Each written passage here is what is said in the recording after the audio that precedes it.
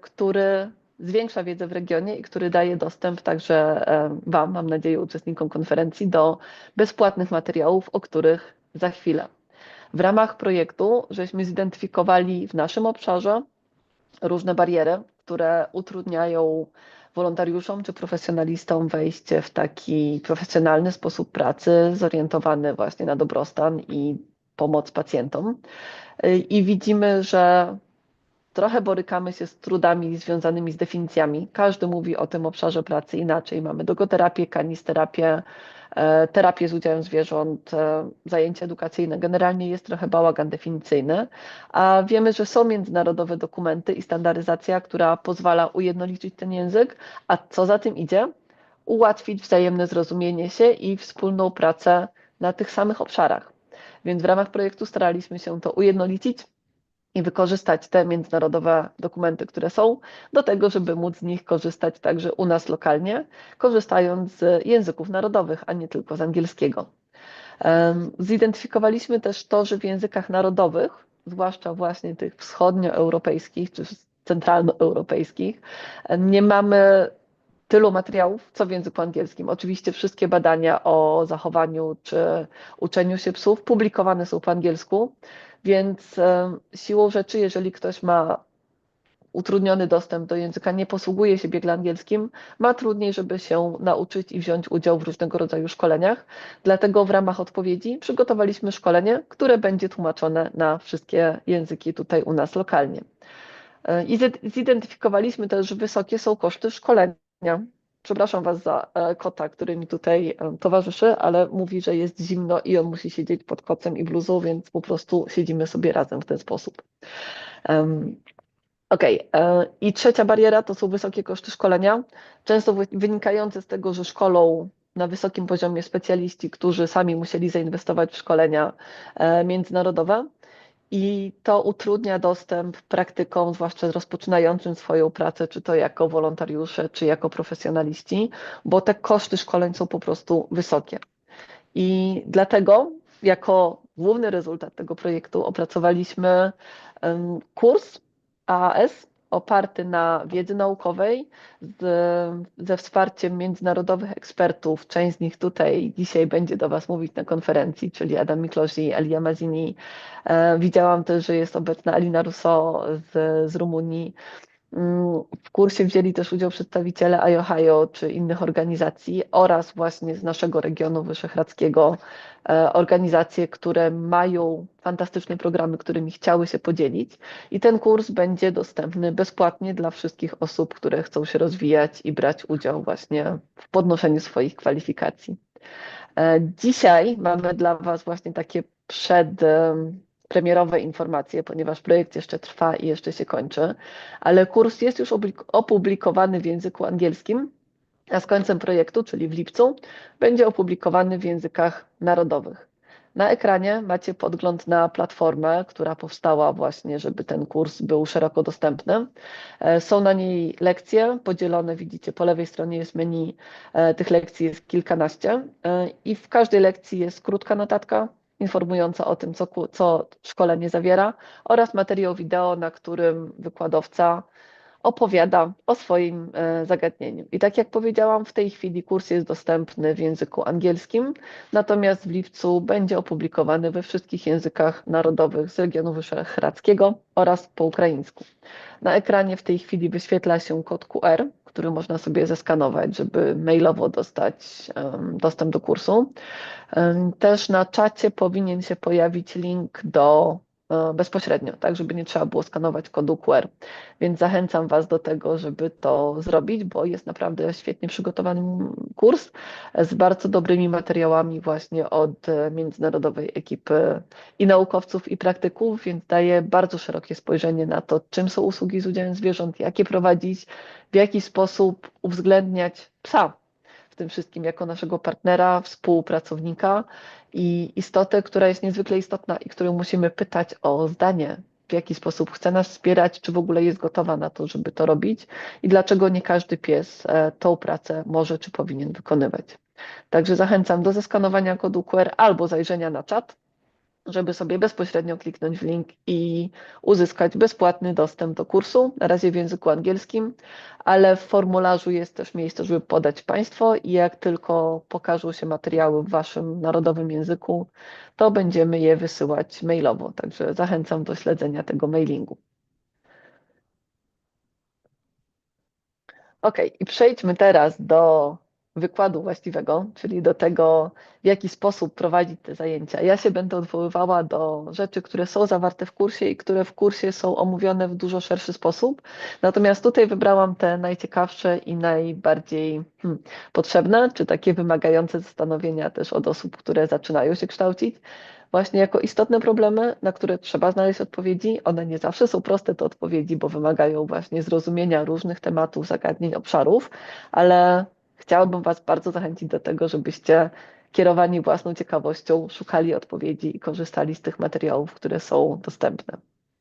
Jeżeli mówimy o usługach z udziałem zwierząt, czy psów konkretnie, tak jak tutaj, wiemy, że najsilniejszym narzędziem, jakie posiadamy, to jest relacja z psami. Nie do końca ich perfekcyjne wyszkolenie. Że to na relacji budujemy największe sukcesy terapeutyczne, które dzieją się na zajęciach, ponieważ to na relacji bazuje motywacja, chęć do pracy i zmiany czy ćwiczenia różnych swoich deficytów czy trudów. W związku z czym ta relacja jest absolutną podstawą wszystkiego, co robimy. Aczkolwiek to nie oznacza, że nie szkolimy naszych zwierząt, ponieważ Tak. Michał, słychać cię? Przepraszam. Em, Szkolimy zwierzaki jak najbardziej. Tutaj na ekranie teraz widzicie zdjęcia pokazujące bardzo różne psie umiejętności, zarówno w interakcji z przewodnikami, jak i w interakcji właśnie z pacjentami, czy to dziećmi, czy dorosłymi, gdzie psy pokazują różne zachowania. Od bardzo prostych, usiądź, połóż się, zostań, do bardziej skomplikowanych, jak bieganie przez tunel, pokonywanie przeszkód, gra w koszykówkę, kręgle, na pianinie, noszenie koszyczków, wkładanie jednego wiaderka w drugie. Jakby tych umiejętności psich jest naprawdę bardzo dużo i jak najbardziej przygotowujemy psy do tego, żeby potrafiły je wykonać w bardzo różnych warunkach, czyli nie tylko w domu albo w sali treningowej, ale też właśnie w szpitalu, w szkole czy na jakimś pokazie psich umiejętności. Wiemy, że szkolenie to jest proces i nie skupiamy się tylko na jego rezultatach i tym efekcie końcowym, ale na drodze do celu, ponieważ to droga do celu, cały proces szkolenia buduje nam właśnie relacje z psem, buduje nam zaufanie psa do ludzi i to nie tylko do przewodnika, ale właśnie ogólne nastawienie psa do tego, czego oczekuje od ludzi i w jaki sposób będzie chciał z nimi współpracować. W związku z czym, żeby wszystko działało jak najlepiej, bardzo zachęcam Was do szkolenia psów w oparciu o wiedzę naukową, której mamy coraz więcej, ponieważ ostatnie 20 lat to jest wybuch, bardzo duży wzrost, może tak, bardzo duży wzrost liczby badań, które pokazują, w jaki sposób psy myślą, jak się uczą, jakie mają emocje i w jaki sposób my jako ludzie mamy wpływ na te emocje czy zachowania. W związku z czym, jeżeli pracujemy z psami w oparciu właśnie o te wyniki badań naukowych, możemy osiągnąć fantastyczne sukcesy, jednocześnie z uszanowaniem tego, co pies nam komunikuje. Wypisałam tutaj na ekranie kilka takich obszarów, które są istotne z punktu widzenia właśnie szkolenia psa, a o których z kolei nie zawsze się mówi. Czyli tutaj mamy pobudzenie, tak, te poziomy pobudzenia psa i w jaki sposób pies właśnie wzrostem albo osłabieniem pobudzenia reaguje na różne sytuacje. Na pewno potrzebna jest nam wiedza o emocjach, w tym koncepcja Wielkiej Siódemki Panskepa, ale też inne badania, które mówią, w jaki sposób psy odczuwają emocje i jak te emocje nam kształtują psią rzeczywistość. Bardzo ważna w szkoleniu jest koncepcja choice and control, czyli wybór i kontrola, mówiąca o tym, że im więcej pies czy zwierzę ma możliwości decydowania czy kontroli swojego otoczenia, tym mniejszy jest stres i tym większa jest chęć psa do działania, współpracy i współtworzenia tej rzeczywistości. I to jest bardzo powiązane ze sprawczością, czyli taką poczuciem mocy, poczuciem tego, że mogę zdecydować sam o sobie, mogę mieć wpływ na swoją sytuację. I oczywiście korzystamy też w szkoleniu z teorii uczenia się. Spróbuję o tych wszystkich elementach powiedzieć kilka słów i dać Wam kierunki, bo niestety na gotowe rozwiązania mamy za mało czasu, ale dać Wam kierunki, w których warto poszukać, podrążyć i zastanowić się, w jaki sposób współpracujemy też z naszymi własnymi psami w domach. Zaczniemy sobie od krzywej pobudzenia i od tego, że każda istota, czy to pies, czy człowiek, czy inne zwierzaki, mają różne poziomy pobudzenia w zależności od tego, co się dzieje w otoczeniu. Wiem, że Adam Miklosi będzie mówił o tym więcej, już też specjalistycznie pod kątem tego, w jaki sposób psy w pracujące w różnego rodzaju usługach, czy psy serwisowe pracują na różnych poziomach pobudzenia. Natomiast ja chciałam zwrócić Waszą uwagę na to, że możemy rozpiąć sobie to pobudzenie na takiej skali od relaksu, znudzenia, takiej senności, aż do hiperpobudzenia i turboaktywności na drugim końcu skali. Jeżeli pomyślimy o tym, jak pracuje pies, albo nawet jak my sami pracujemy, to można łatwo stwierdzić, że jeżeli jesteśmy w stanie takiego rozleniwienia, nie wiem, leżymy na kanapie i scrollujemy telefon i ktoś nam wrzuci bardzo trudne zadanie, nie wiem, czy to z matematyki, tak, żeby usiąść i się skupić, albo jakieś ruchowe, rozegrać mecz tenisa, to w takim stanie rozleniwienia to się absolutnie nie uda. Ten nasz performance będzie jednak ograniczony i dużo gorszy niż mógłby być, ponieważ optymalny jest mniej więcej tutaj w piku pobudzenia, na środku pomiędzy rozluźnieniem, rozleniwieniem a hiperpobudzeniem. To jest taki moment właśnie na czubku tej osi. Jest określany jako pik pobudzenia albo sweet spot, który pozwala nam na nasz najlepszy performance. To jest ten moment, kiedy sportowcy na zawodach są super skupieni i skoncentrowani na zadaniu. Albo kiedy wchodzimy na egzamin, odczuwamy lekki stres i motywację, ale ten stres nas nie zalewa i nie paraliżuje. I tutaj właśnie uwaga, ponieważ dość łatwo jest przejść do zbyt dużego pobudzenia, tak? Zbytniej ekscytacji albo czasami nawet strachu. Jak sobie wyobrazicie siebie na przykład przy wystąpieniu publicznym, tak? Kiedy wchodzimy na scenę, mamy coś powiedzieć przed publicznością i z jednej strony ten stres jest motywujący i może spowodować, że nasz performance będzie lepszy, ale jeżeli fala stresu nas zaleje, i w jakiś sposób nasz organizm zareaguje właśnie na ten stres blokadą, nie wiem, zbytnim poceniem rąk, kołataniem serca, to okazuje się, że zapominamy rolę czy wystąpienie, które było ćwiczone setki razy, tak? Ponieważ znajdujemy się już właśnie na tym skrajnym końcu osi, gdzie jest hiperpobudzenie, gdzie zablokowane są możliwości uczenia się czy dobrego przedstawienia, ponieważ organizm przechodzi trochę w tryb takiej walki lub ucieczki, tak? Przetrwania. To jest w sumie dość dobry stan emocjonalny czy stan pobudzenia, jeżeli potrzebujemy wykonać jakieś bardzo proste i bardzo dynamiczne zadanie. Na przykład dogonić uciekającego zająca albo uciekać przed gojącym nas tygrysem. Tak? To wtedy takie hiperpobudzenie jest super korzystnym stanem fizjologicznym. Natomiast jeżeli mówimy o pracy, zwłaszcza o pracy właśnie z pacjentami w zajęciach, to zdecydowanie szukamy takiego jednak spokojniejszego punktu pobudzenia, coś między 3 a 4 na tej naszej osi, ponieważ to ten punkt pozwala nam na najlepsze wykonanie zadania, precyzyjne pomyślenie o tym, co robimy, po co to robimy, jak to chcemy zrobić, czyli na przykład dostarczenie zabawki bezpośrednio do ręki osoby, która o tą zabawkę prosi. Bez podgryzania, bez gubienia jej po drodze, bez skakania na pacjentów, bez wokalizacji czy różnych innych zachowań, które mogą się pojawić przy tym wyższym pobudzeniu czy w trudniejszych sytuacjach. Także umiejętność pracy z pobudzeniem, zarządzania nim, regulacji tych emocji, czyli albo wyciszenia, albo pobudzenia, jak najbardziej jest bardzo potrzebną umiejętnością przewodnika i bardzo pomaga psu w pracy, żeby osiągał jak najlepsze efekty. Druga rzecz, czy drugi obszar, do którego chciałabym Was namówić, żeby sobie zgłębić temat, on się pojawia też w kursie, więc jak najbardziej tam znajdziecie materiały, to jest koncepcja Wielkiej Siódemki Panskepa. On wyróżnia 7 obszarów emocjonalnych. Ja tutaj wypisałam tylko 3, bo te 3 są z mojego punktu widzenia najistotniejsze właśnie w pracy z pacjentami i w budowaniu takiej pozytywnej motywacji, chęci do pracy, fajnych emocji u psa, ale też u uczestników zajęć. I to są obszary czy systemy nazywane play, czyli zabawa, seeking, czyli poszukiwanie i care, czyli opieka. I jeżeli to jest wasz pierwszy kontakt z emocjami Panskepa, z tą wielką siódemką, to brzmi to dziwnie. Tak? Znaczy, kto to słyszał o emocji, która się nazywa poszukiwanie. Ale to jest bardzo ciekawa koncepcja i myślę, że warto ją sobie trochę zgłębić i teraz właśnie to zrobimy. Czyli mamy system play emocjonalny.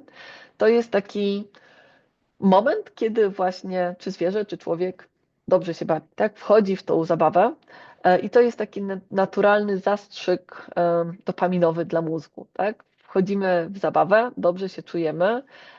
Najczęściej jest to zabawa właśnie społeczna, czyli wymagająca jakiegoś partnera do tej zabawy i wtedy wytwarzają się hormony szczęścia. One pomagają rozładować stres, budują wzajemne zaufanie i sprawiają też, że jesteśmy bardziej otwarci, gotowi na naukę czy na robienie różnych rzeczy razem. Więc jeżeli uda nam się aktywować ten system zabawy na zajęciach albo na treningach, to od razu mamy dużo pozytywnych efektów też na poziomie fizjologicznym. I warto budować i treningi, i spotkania z pacjentami, tak, żeby tej zabawy było jak najwięcej. I to nie zawsze musi być, tak jak tu widzicie na slajdzie, zabawa szarpakiem, bo jest dużo sytuacji, kiedy to w ogóle nie wchodzi w grę, ale to mogą być nawet różne takie delikatne, nie wiem, mrugnięcia do psa okiem porozumiewawcze, tak? Czy na chwilę zrobienie jakiejś fajnej sztuczki, która psa rozluźni, wprowadzi w ten klimat zabawowy. Czy jakieś taka chwilowa, nie wiem, ucieczka, gonienie. Czy różnego rodzaju zabawy, które macie wypracowane ze swoim psem, które w taki szybki, krótki sposób nawet potrafią go wprowadzić w klimat właśnie zabawy, żartu i pozytywnego nastawienia. Jest super fajne, jeżeli przewodnik psa potrafi właśnie wywołać emocje zabawy u swojego psa w dość łatwy sposób i w różnych sytuacjach, bo pozwala to doskonale zarządzać stresem, poprawia skupienie uwagi i właśnie zwiększa chęć psa do udziału w różnych rzeczach, jeżeli kojarzy mu się to z opcją właśnie zabawy i takiej wspólnej radości. Kolejny system, czyli seeking, poszukiwanie, to jest taki wewnętrzny silnik ciekawości. Ja ten system uwielbiam i uważam, że jest jedną z najciekawszych emocji. Sama bardzo u siebie lubię ten stan poszukiwania, kiedy na przykład znajdę jakiś temat, który mnie interesuje, zapominam, która jest godzina i na przykład do 2 w nocy szukam materiałów, czytam jakieś rozdziały albo przeszukuję internet, żeby znaleźć jakieś coś, co mnie zainteresowało. Czyli mam bardzo dużą wewnętrzną motywację, żeby wytropić, co tam jest na końcu, jaką informację znajdę, albo jak mogę to wykorzystać w praktyce. Jeżeli u psa mamy aktywny system seeking, to jest właśnie taki napęd dla ciekawości, napęd dla nauki czy odkrywania świata, eksplorowania otoczenia. Jak wpuścicie psa w nowe środowisko, gdzie jest dużo różnych nowych zapachów, to on będzie właśnie samoczynnie na własnej motywacji uruchomi mu się ten system seeking. Zacznie się węszenie, szukanie, sprawdzanie. Psy w tym nastroju bardzo szybko się uczą, mają bardzo dużą motywację do działania i to jest moment, kiedy one nie potrzebują permanentnej nagrody. Tu nie chodzi o to, żeby zjeść to ciasteczko, to chodzi o to, żeby go szukać, żeby do niego dążyć i żeby robić rzeczy, które same w sobie są motywujące, bo gdzieś tam na końcu majaczy nam ta atrakcyjna nagroda, czy hipoteza tej nagrody tak naprawdę. I jeżeli umiemy uruchomić system seeking, to właśnie i nastawienie na rozwiązywanie zadań, i taka motywacja do pracy, i też wydłużenie czasu pracy na właśnie bez nagród chociażby, nie? Bardzo dużo dobrych rzeczy się zadziewa, a też ten bycie w tym stanie jest bardzo satysfakcjonujące. Jeżeli mamy poczucie, że dążę do czegoś, co jest dla mnie atrakcyjne, że chcę tam być, chcę tam dotrzeć, to jest to świetne uczucie, żeby je mieć. Jeżeli jesteśmy w stanie wytworzyć takie uczucie u psa podczas zajęć z pacjentami i co więcej, u pacjenta, żeby on też miał taką, wiecie, ciekawość, a co się wydarzy, a co będzie, jak zrobię, jak podniosę rękę i poproszę psa, żeby coś wykonał, nie wiem, usiadł albo zrobił kółeczko. Tak? Ten system takiej ciekawości, poszukiwania, dążenia do świetnie się sprawdza jako nasze wsparcie w pracy z pacjentami. Jest to też system, który bazuje na aktywności. Tak? I seeking, i play, oba to są systemy takie aktywne, dynamiczne. Natomiast mamy też trzeci system, care, czyli system opieki. I to jest taki naturalny odruch troski już dużo spokojniejszy, bazujący na takiej relacji, więzi, spokoju i na tym, że jesteśmy razem, możemy bezpiecznie odpoczywać, może się pojawić koregulacja, czyli taki właśnie spokojny, wspólny oddech, gdzie się relaksujemy, jesteśmy na zaufaniu, a nie tyle na wykonywaniu komend czy sztuczek, które dynamicznie coś nakręcają. Tak? Widzicie to tutaj na zdjęciu, gdzie mamy psa i pacjenta hospicjum. I przewodniczka jest trochę dalej, tak? Już nie jest tak bezpośrednio, wiecie, to nie jest pies, który leży na komendzie i ma leżeć i zostać, tylko to jest pies, który właśnie na swobodnej interakcji, na zainteresowaniu pacjentem leży sobie spokojnie, aktywował się ten system care u obojga, tak? I oboje są zainteresowani tym wzajemnym kontaktem, spokojem, bliskością i dobrze się czują w tej relacji. Tak? I to jest też super uzupełnienie właśnie tej dynamiki, ciekawości, aktywności na wspólny odpoczynek, wyregulowanie tej emocji, która nam towarzyszyła podczas zajęć, zbudowanie poczucia bezpieczeństwa i takiego emocjonalnego wsparcia. System opieki świetnie się sprawdza u wielu pacjentów, a też jest bardzo przyjemny dla psa. Tak, tylko ważne, żeby to był właśnie na przykład system opieki aktywowany, a nie żeby pies leżał z pacjentem, bo dostał komendę waruj, zostań, tak, bo to nam całkowicie psuje ten nastrój i te emocje, które mogłyby się wytworzyć.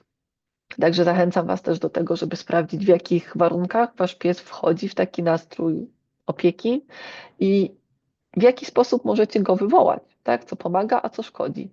Bo u każdego jest trochę inaczej, ale tu mogę od razu podpowiedzieć, że jeżeli używamy samych komend i samych nagród w postaci ciasteczek, to prawdopodobnie pies nie wejdzie w ten nastrój, bo będzie właśnie na takim dopaminowym na przykład szukaniu czy dążeniu do zdobycia jedzenia.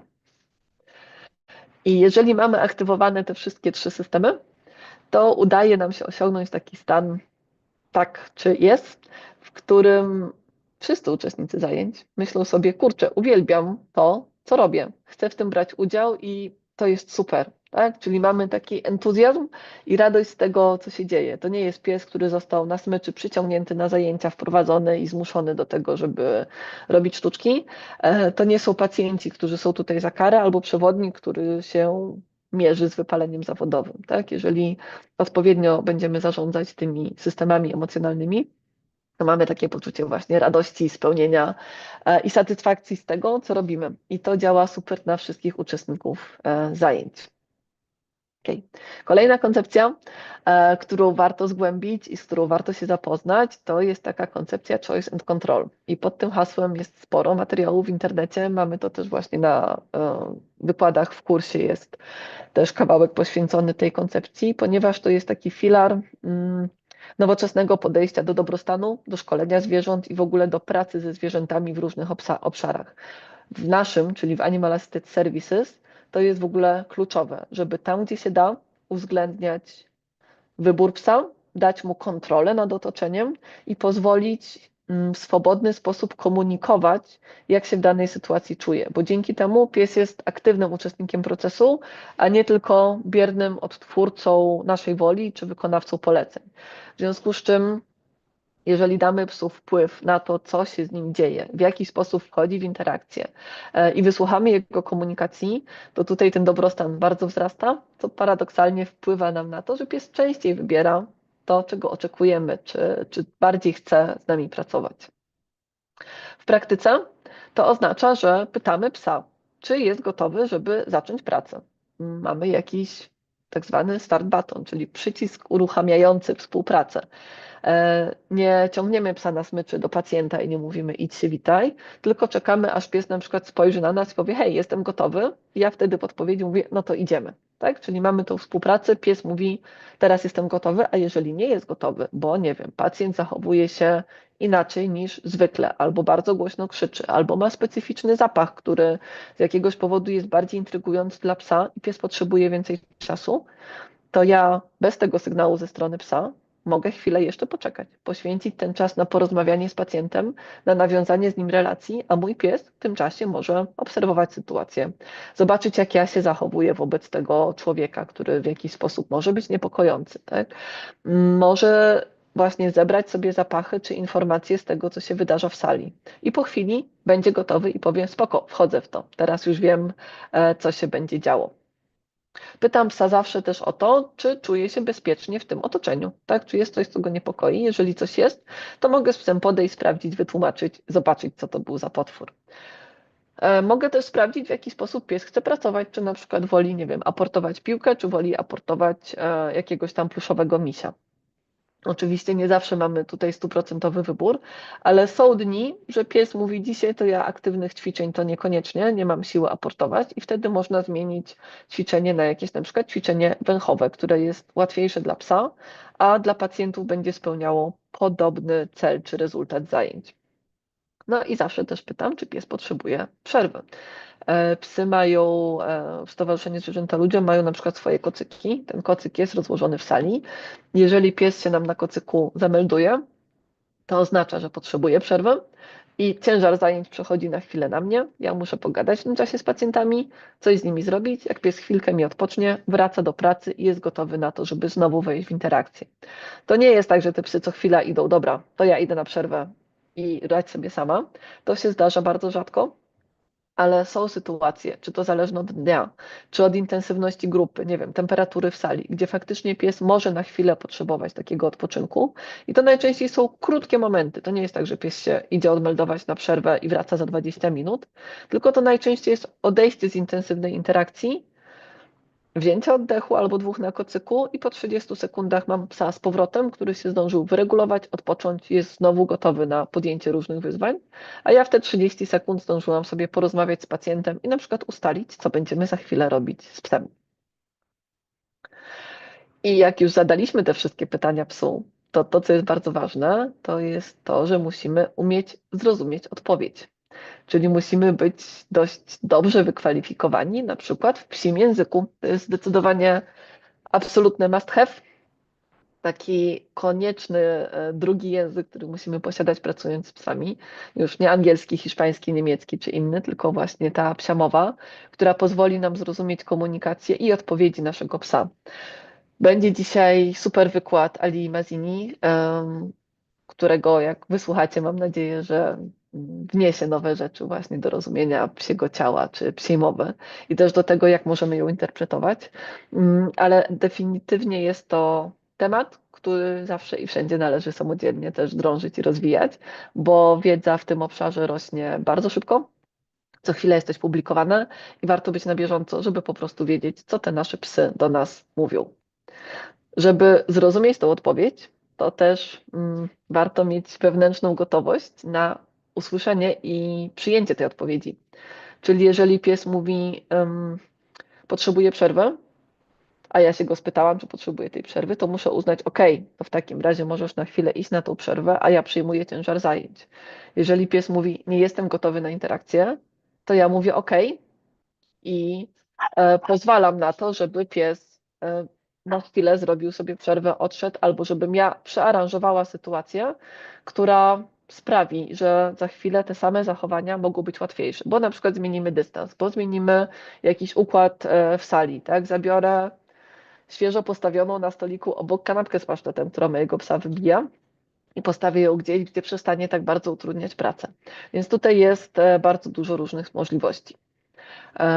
I to, co jest jeszcze ważne, żeby zrozumieć odpowiedź, to jest samoświadomość przewodnika, czyli mój wgląd w moje własne emocje i w to, w jakim stanie wchodzę na zajęcia, na ile to, co ja robię, wpływa na zachowanie mojego psa, na ile czasem mu utrudnia, bo na przykład jestem zestresowana, albo bardzo chcę, żeby mój pies koniecznie, nie wiem, z tym dzieckiem poszedł, się przywitał i zrobił sztuczkę.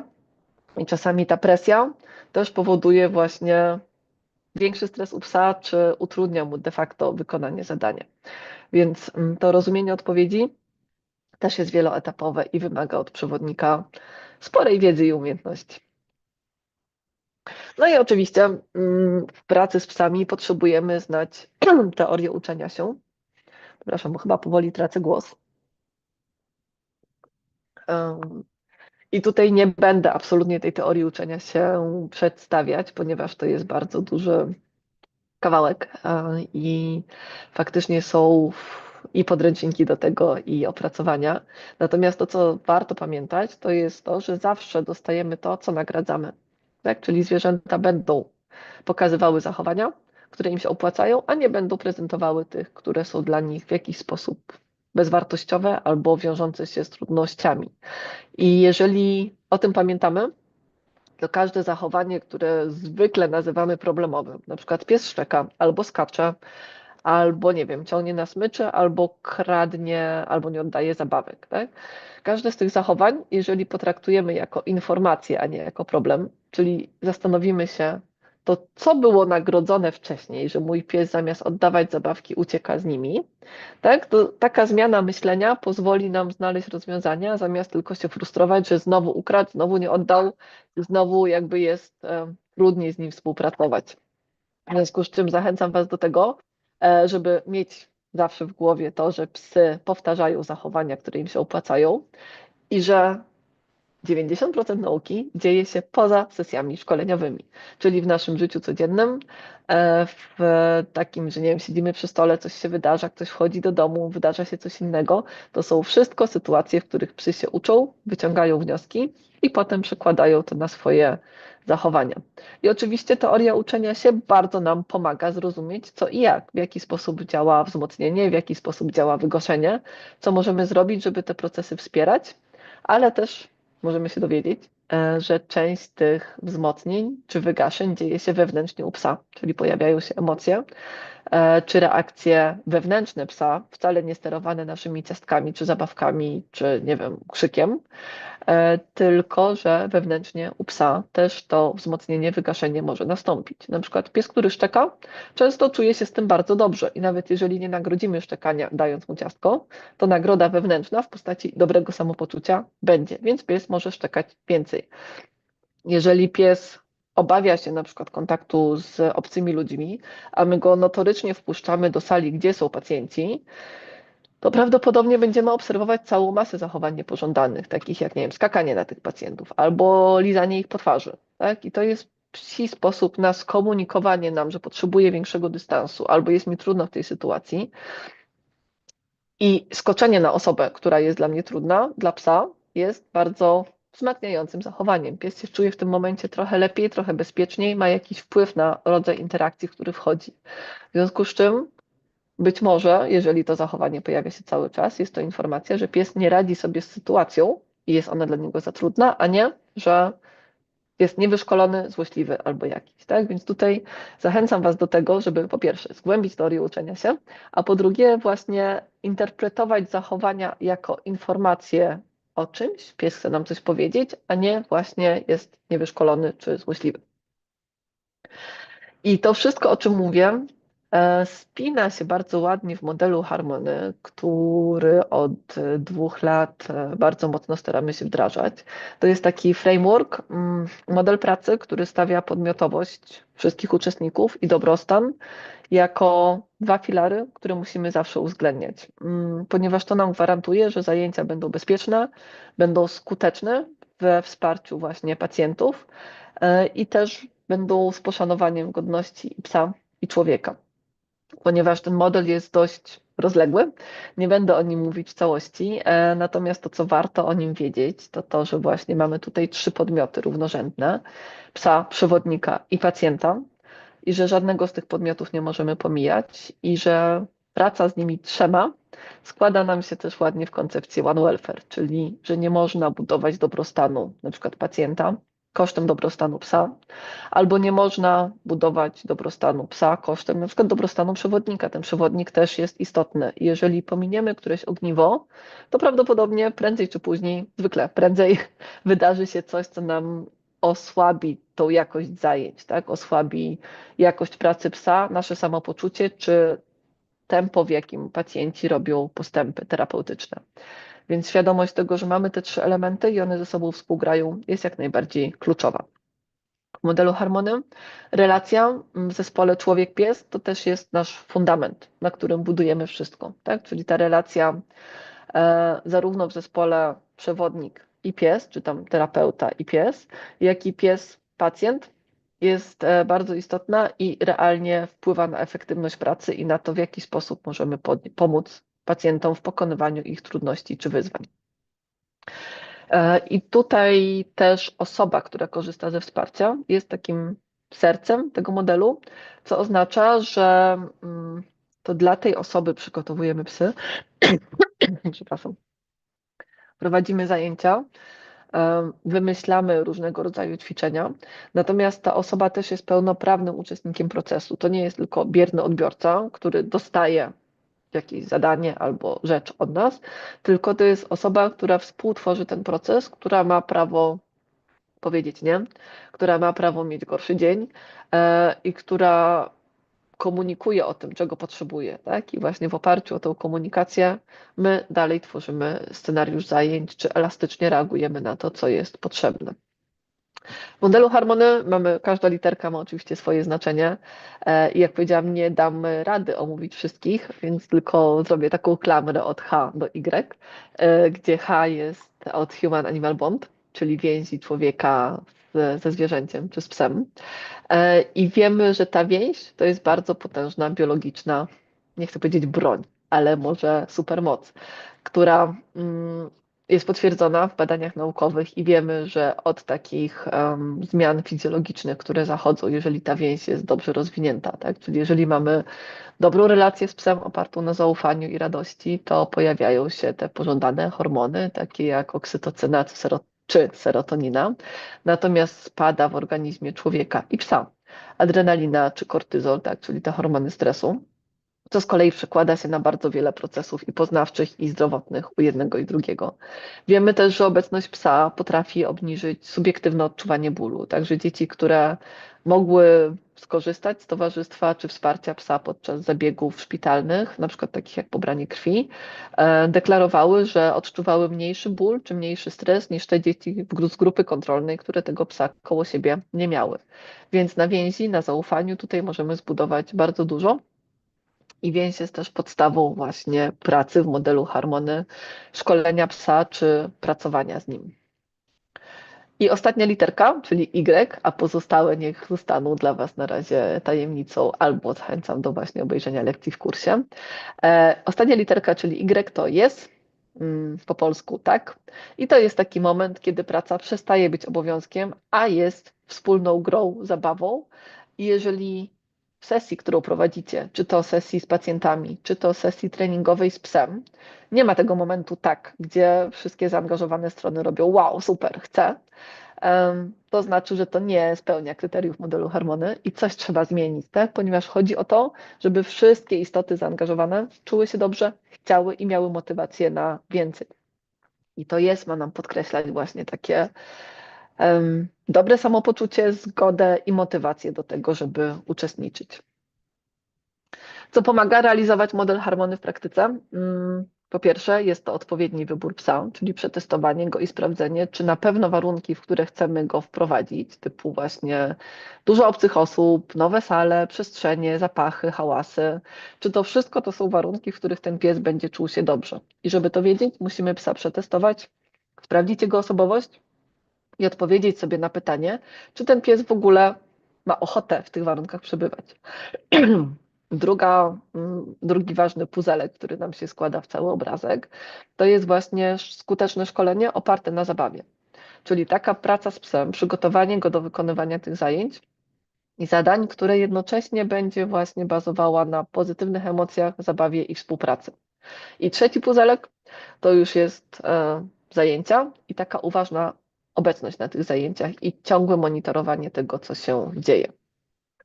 Jeżeli mówimy o odpowiednim wyborze psa, to my tu rekomendujemy testy PADA, czyli Personality Assessment for Dogs in Animal Assisted Interventions, kiedyś, teraz Services.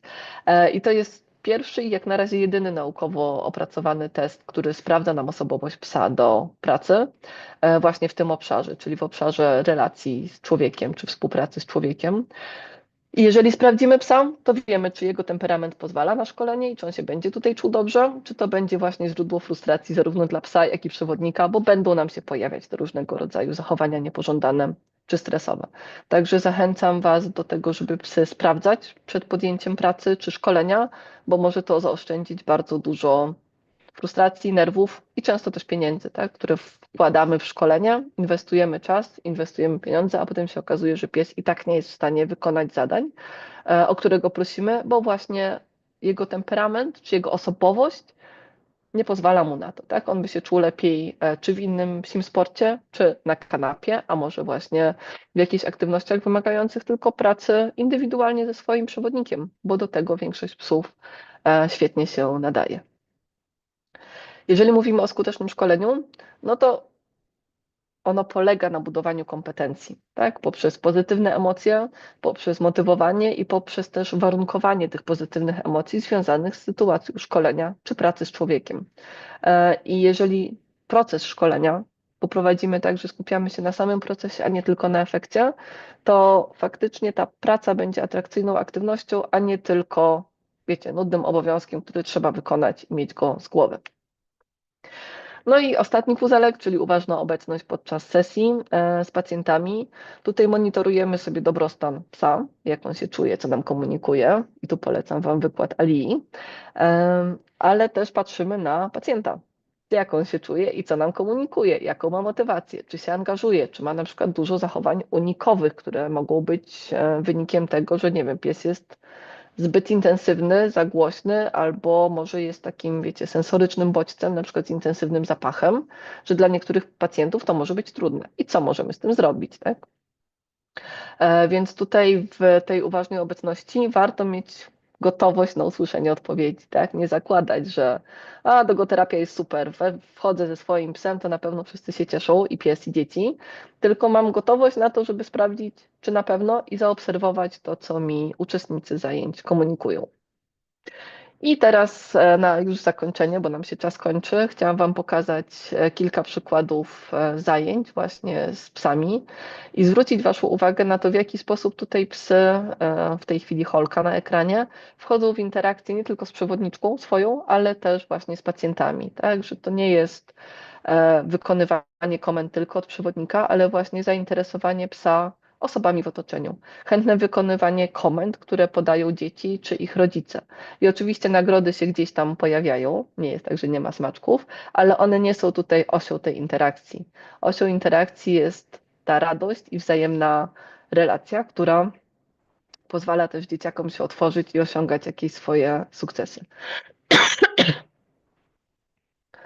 Teraz widzicie trochę inny rodzaj interakcji. Na ekranie jest Morka, która leży na łóżku dziewczynki po dość ciężkim wypadku. Dziecko jest w niewielkim kontakcie i tutaj sprawdzamy, czy w obecności psa jest w stanie trochę mniej się stresować i trochę mniej się napinać, na ile jest w stanie skupić wzrok na konkretnych rzeczach, a Morka w tym czasie sobie spokojnie leży, odpoczywa, wykonuje jakieś drobne ćwiczenia właśnie z dzieckiem, natomiast na takich bardzo spokojnych emocjach, właśnie bazujących na systemie CARE, spokoju, koregulacji, a też to, w jaki sposób zachowuje się nam tutaj pies, ten spokój, przenosi się na dziecko, które potrzebuje spokoju, bezpieczeństwa, wyciszenia, ponieważ częściej kontaktów niestety z personelem medycznym wiąże się z bólem, tak? Ponieważ są różne procedury czy ćwiczenia, które dziecko musi wykonywać, a są nieprzyjemne. Więc tutaj dla kontrastu mamy psa, który jest miły, ciepły, spokojny, nie oczekuje i nie wymaga, ale zachęca swoją obecnością do wykonania konkretnych rzeczy. I jeszcze jeden filmik, też mamy psa pracującego zgodnie z modelem harmonii, czyli właśnie w takiej relacji i motywacji, z pacjentem, który się trochę tego psa na początku bał, więc zaczęli sobie od pracy w dystansie i takiego właśnie karmienia na większą odległość, a potem przez różne zabawy trochę bardziej właśnie kontaktowe, czy już w bliższym nawiązaniu tej relacji z psem. Chłopiec nam się stopniowo otwierał, wchodził w ten kontakt i właśnie uczył się, że z psem można robić dużo różnych fajnych rzeczy, a przy okazji pies też miał tutaj różne małe przyjemności. I też mógł się pobawić, na przykład właśnie takie wspólne turlanie piłki dla psa i dla dziecka jest fajną, atrakcyjną formą zabawy i bardzo buduje zaufanie, tak? Bo nie wymaga tego, żeby być blisko siebie, a przy okazji właśnie pozwala na wspólną zabawę i robienie czegoś przyjemnego, więc pojawiają się te pozytywne emocje budujące relacje. No tu już mamy inne dzieci też z migdałem, które spokojnie sobie tą relację nawiązują. I jak widzicie, mamy wzajemne zainteresowania i tutaj też nie są to tylko komendy i smaczki, ale też właśnie zbudowana motywacja psa do poznawania człowieka i małych człowieków do poznawania psa i bycia z nim w taki bezpieczny, spokojny sposób. Dobrze, dziękuję Wam bardzo za uwagę. Jeżeli są jakieś pytania na Q&A, to zaraz spróbuję odpowiedzieć. Mam nadzieję, że Michał może mi pomożesz je odnaleźć i przeczytać. Tutaj Migdał kończy spotkanie z dzieciakami, ja kończę swój wykład i po krótkiej sesji Q&A, jeśli będzie, nastąpi wykład Adama Miklosiego, który... Tak, mogę przeczytać pytania, które mamy w sekcji Q&A. Pierwsze, czy uczestnicy konferencji otrzymają certyfikat potwierdzenia udziału? To często świetny sposób na zaczęcie rozmowy z zainteresowanymi klientami. To Michał, do Ciebie pytanie techniczne chyba Tak, tak naprawdę. już się przygotowałem na nie. Tak, wyślemy takie certyfikaty. Nie przewidzieliśmy tego wcześniej, ale rozumiemy zapotrzebowanie. Pod koniec dzisiejszej konferencji, w trakcie wykładu pani Sabiny Złotorowicz, wyślę link do ankiety ewaluacyjnej i na końcu, po wypełnieniu tej ankiety, będzie podany link do formularza, gdzie poproszę o zamieszczenie imienia i nazwiska oraz e-maila i na podstawie tego w ciągu 2 dni prześlemy taki certyfikat do Państwa. Także proszę zaczekać do końca naszego dzisiejszego dnia i udostępnimy taką możliwość. A teraz kolejne pytanie. Sugeruje Pani jakieś inne źródło dotyczące nauki psiego języka niż klasyczne pozycje typu Turit, Rugas? Jak sugeruję dużo różnych źródeł, w sensie, że nie mam tu przygotowanej konkretnej listy, natomiast Turit Rugas na pewno jest taką podstawową.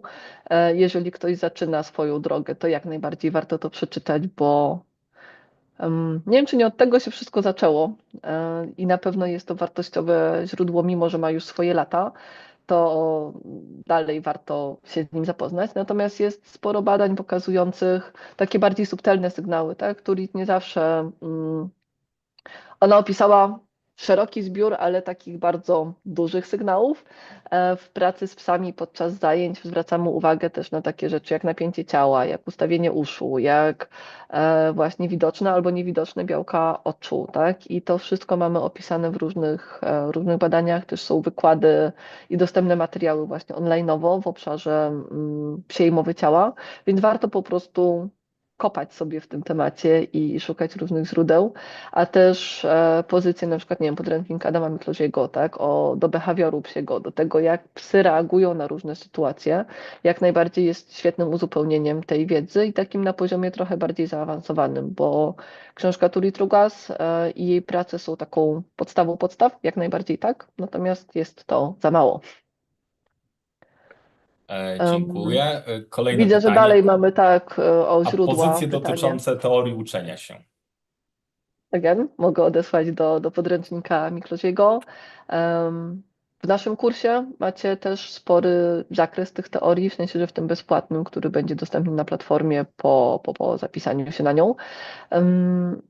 I myślę, że tam pod lekcją też, jak już będzie ten kurs pełny w językach narodowych, to też dołączymy PDF-a z bibliografią, żeby był dostęp do tego, w którą stronę szukać. Ja też zachęcam na przykład oprócz takich standardowych metod uczenia się, żeby zapoznać się z uczeniem się społecznym. To jest super metoda pracy z psami i jeżeli umiemy ją wykorzystać w życiu codziennym, naprawdę świetnie się sprawdza. Ja odpowiem na jedno pytanie, które przewijało się także w czacie a propos testów PADA. Pani Sabina Złotorowicz na ostatnim wykładzie będzie więcej o tym mówić. Będzie informować, jak dokładnie takie testy wyglądają, gdzie można się zapisać, a także umówić na konsultacje, więc proszę dotrwać do tego ostatniego wykładu i chyba wtedy wszystkie wątpliwości zostaną rozwiane. Okej. Okay. Sabina, widzę, się pokazałaś, tak. Tak, pokazałam się, żeby Was zachęcić do tego, żeby zostać do końca. I tak jak Michał powiedział, opowiem o tym, jak robimy, jak przeprowadzamy testy pada, gdzie one się odbywają, jak to wygląda. Postaram się to powiedzieć jak najbardziej praktycznym językiem, tak żeby też było to jasne i dostępne.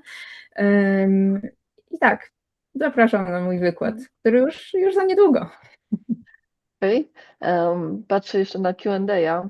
Czy są zachowania niepożądane, które skreślają psa jako potencjalnego psychoterapeutę?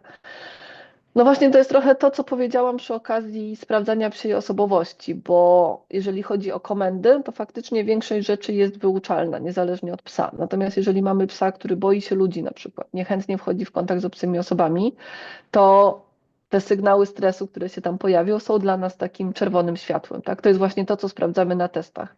Czy pies dobrowolnie, sam z siebie, wybiera kontakt z człowiekiem? Czy pies wpuszczony w nowe otoczenie placówki, gdzie jest, nie wiem, inna podłoga albo jest pogłos w sali, czy dzieją się jakieś rzeczy takie, nawet nie ekstremalne, tak? Zwykłe wejście do placówki. Czy obecność w nowym miejscu jest dla tego psa stresująca? Czy możemy zaobserwować właśnie napięcie w ciele, sygnały stresu, unikanie kontaktu, tak, dyszenie, no tutaj jest bardzo długa opowieść by to była, więc nie chcę w to wchodzić, natomiast tak, jest zdecydowanie dużo sygnałów, które nam mówią o tym, że ten pies nie będzie się czuł dobrze w pracy i to nawet nie ze względu na to, że kogoś ugryzie albo będzie stanowił zagrożenie, tylko z tego względu, że dla tego konkretnego psa bycie w tych miejscach to będzie permanentny stres. Nie będziemy tutaj mówić o tych fajnych emocjach, zabawie, poszukiwaniu, opiece czy jakiejś koregulacji właśnie na spokoju i wsparciu, tylko pies będzie w permanentnym stresie, co oprócz tego, że dla niego jest destrukcyjne, to nie przyniesie też korzyści pacjentom, bo praca ze zestresowanym zwierzakiem zdecydowanie nie wspiera procesów terapeutycznych. Czy polecam klasy komunikacji? Tak, myślę, że warto zajrzeć. W sensie, że tam są też specyficzny nurt, natomiast na pewno ciekawe doświadczenie. Tak? Ja w ogóle uważam, że warto jest słuchać różnych ekspertów i z różnych źródeł składać sobie informacje, ponieważ u psów nie zawsze jest jedyna słuszna droga, tak? Więc jeżeli mamy dużo różnych koncepcji, pomysłów i też taki własny filtr, że nie zawsze wszystko w 100% wdrażamy, to jak najbardziej takie doświadczenia jak klasy komunikacji mogą być wspierające, kształcące i otworzyć oczy na wiele psich sygnałów, nie? Które często pomijamy. Magda, muszę Ci przerwać, bo No zostało właśnie, nam bo 5 czas nam minut się kończy, do tak? kolejnej części, a też musimy dać odpocząć naszemu wspaniałemu tłumaczowi, żeby się przygotował do kolejnej prezentacji. Także o 11:00 rozpoczynamy wykładem pana profesora Adama Mikloziego i myślę, że Magda może też wpisać odpowiedź w Q&A. I te odpowiedzi będą dostępne w zakładce właśnie odpowiedzi Answers i wszyscy będą mogli się z nimi zapoznać. Być może też na zakończenie dzisiejszej konferencji też będzie chwilę na zadanie jeszcze jakichś dodatkowych pytań wynikających z całokształtu prezentowanej dzisiaj wiedzy. Także zapraszam o 11:00 za 4-5 minut na wykład pana profesora. To do zobaczenia w takim razie.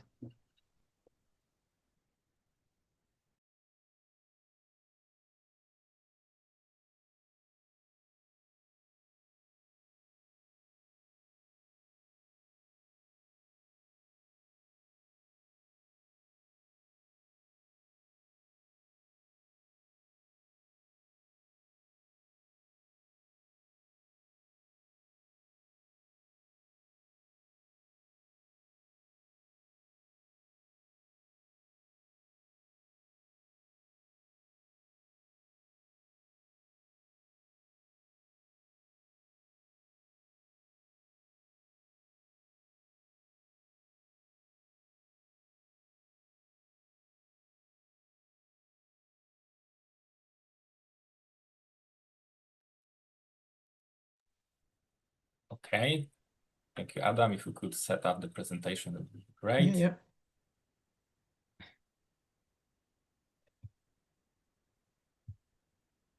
We fixed the audio problem, so the video that you will present should be also with the sound.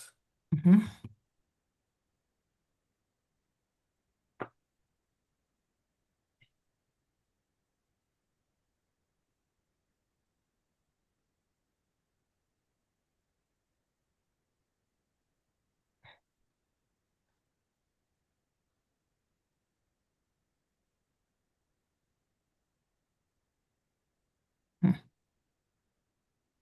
Can I share it? Yes, you should be able. That's strange. I can't, don't see the sharing button.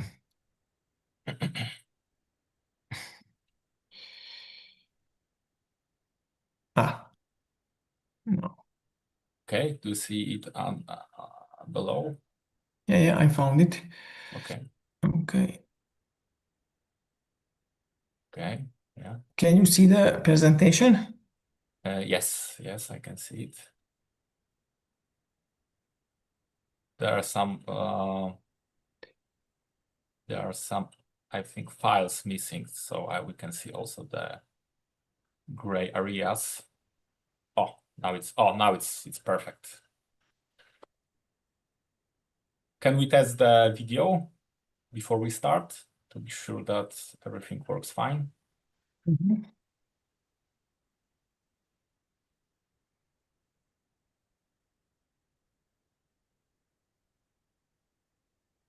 Is it running?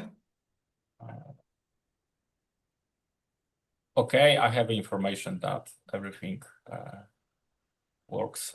I cannot hear. Oh, now I can hear the audio. Yeah, it's okay. Yeah, good. Okay.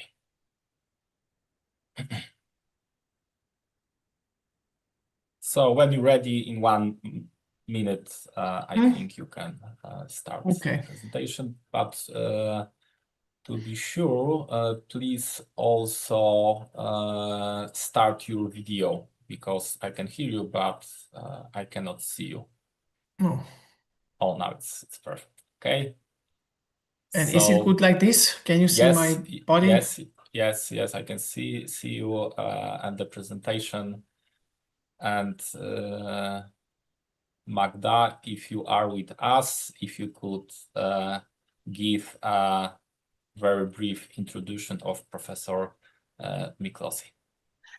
I believe that Professor Miklosi doesn't need any special introduction because I think you are a pioneer working with dog's behavior and analysis of the dog way of thinking and understanding words. So I really hope that everyone working with dogs knows your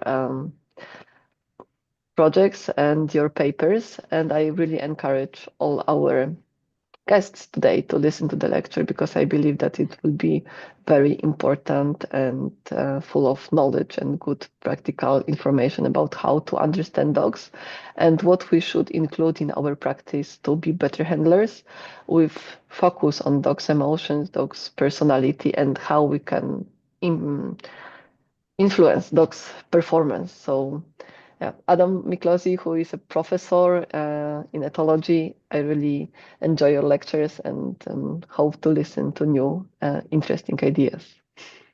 Thank you. I would like one technical details for the Polish listeners, so they will know how to use the translation feature.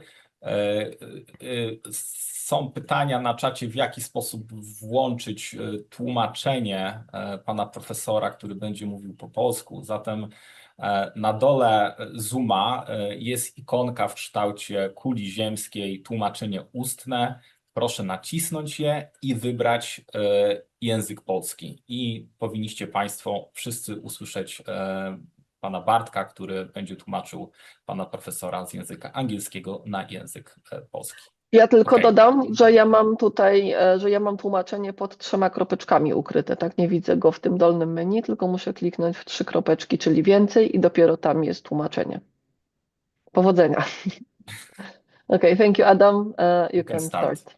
Okay, so welcome everybody and thank you very much for inviting me to this lecture. Actually, I was sort of given this title by Magda, the factors influencing performance in working dogs. Obviously, when we're talking about working dogs now, we are also referring to assistant dogs, but I just kept this title. On the other hand, it turned out I will have about 40-45 minutes to talk about this topic, so I really have to be very selective. On the other hand, although I try to be also a little bit of try to give you something on the practical side. I am more like a basic scientist who is investigating dog behavior in general, so not so much from the practical aspect.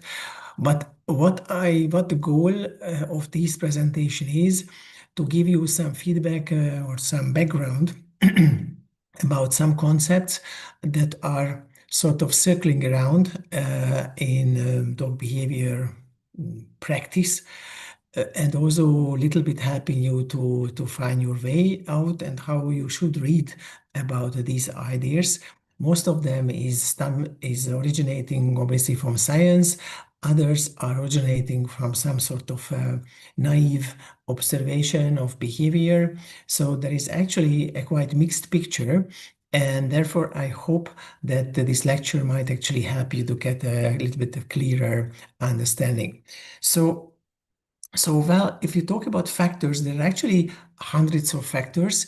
So you just imagine that this dog in the middle is an assistant dog, a therapy dog, and the task of the dog will be in the next few minutes to go into a therapy session and participate and help the therapist to produce a good result. And obviously this will happen maybe again after some break in the afternoon and tomorrow and so on. And actually, it took me not so much time to put together to this list that is doesn't contain probably all kinds of factors that influence to various degree whether this dog will be successful or not in that particular time soon. And obviously, to go through that, again, it would require a series of lectures. And I think Pada has actually collected a lot of information about many of these factors, like the genetic effects, the effects of breed, the selection for the individual before it gets into the training, then obviously the need for training, experience, and you know better than me that there are hundreds, or not hundreds, but at least a few, 10 of different methods that could be used, that could be varied depending maybe on the dog, on its personality, and so on.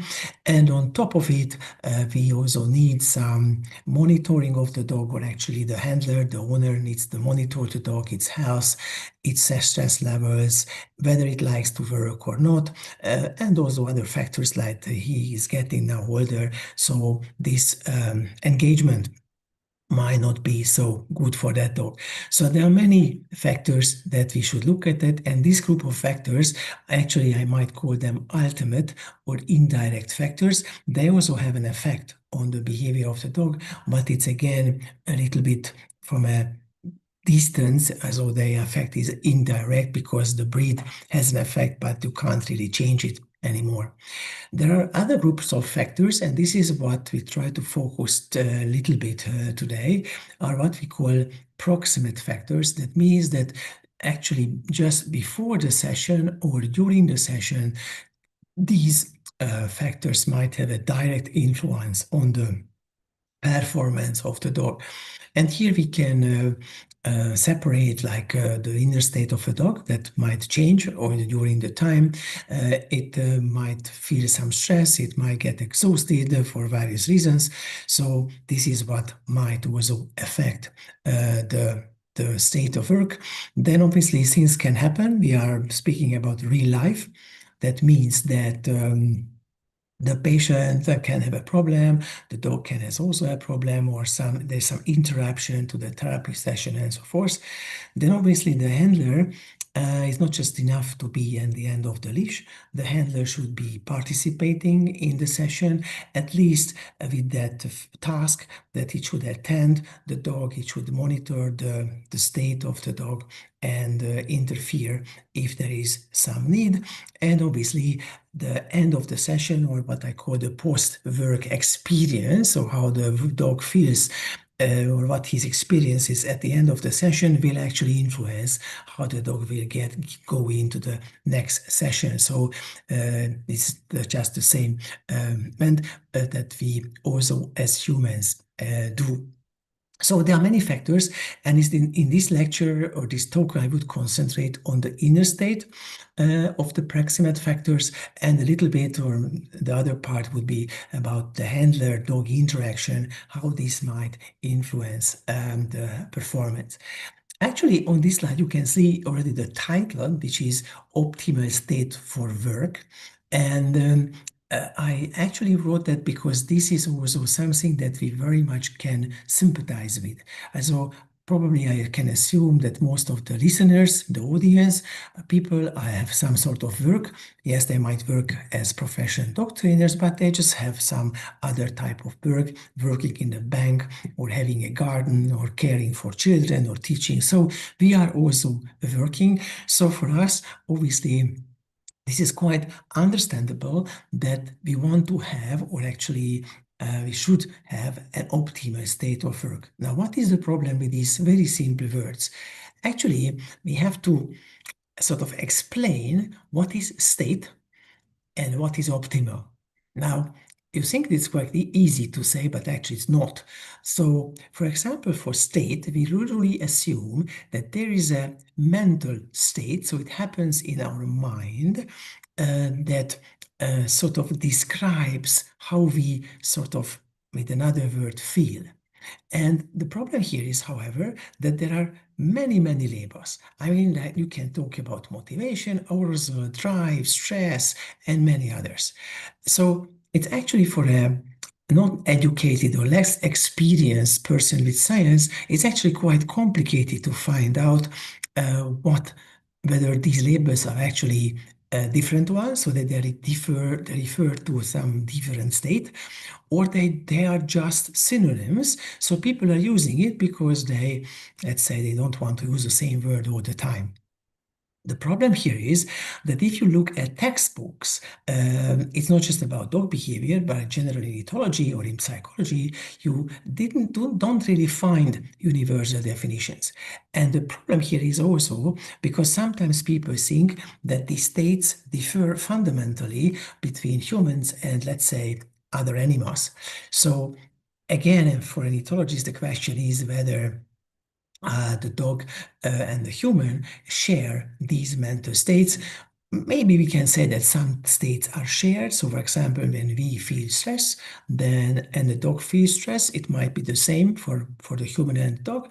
But if I am, let's say, jealous, or if I am ashamed, the question here is whether the dog also has this inner state, like shame or jealousy. So. And moreover, nobody can measure directly these states. It's not like that you can say that the temperature of the water is, I don't know, 24 degrees, and this is you can say the state of the water, and you can measure it with the thermometer exactly. That's unfortunately not the case with mental states. So the only way to find out about these states is to watch the behavior, to look at the dog, and then you can hypothesize that the dog's mind or the human's mind is a certain state. Another issue is kind of optimal. Optimal is a very tricky word because, as you can see from the definition, there's not absolute value for optimal.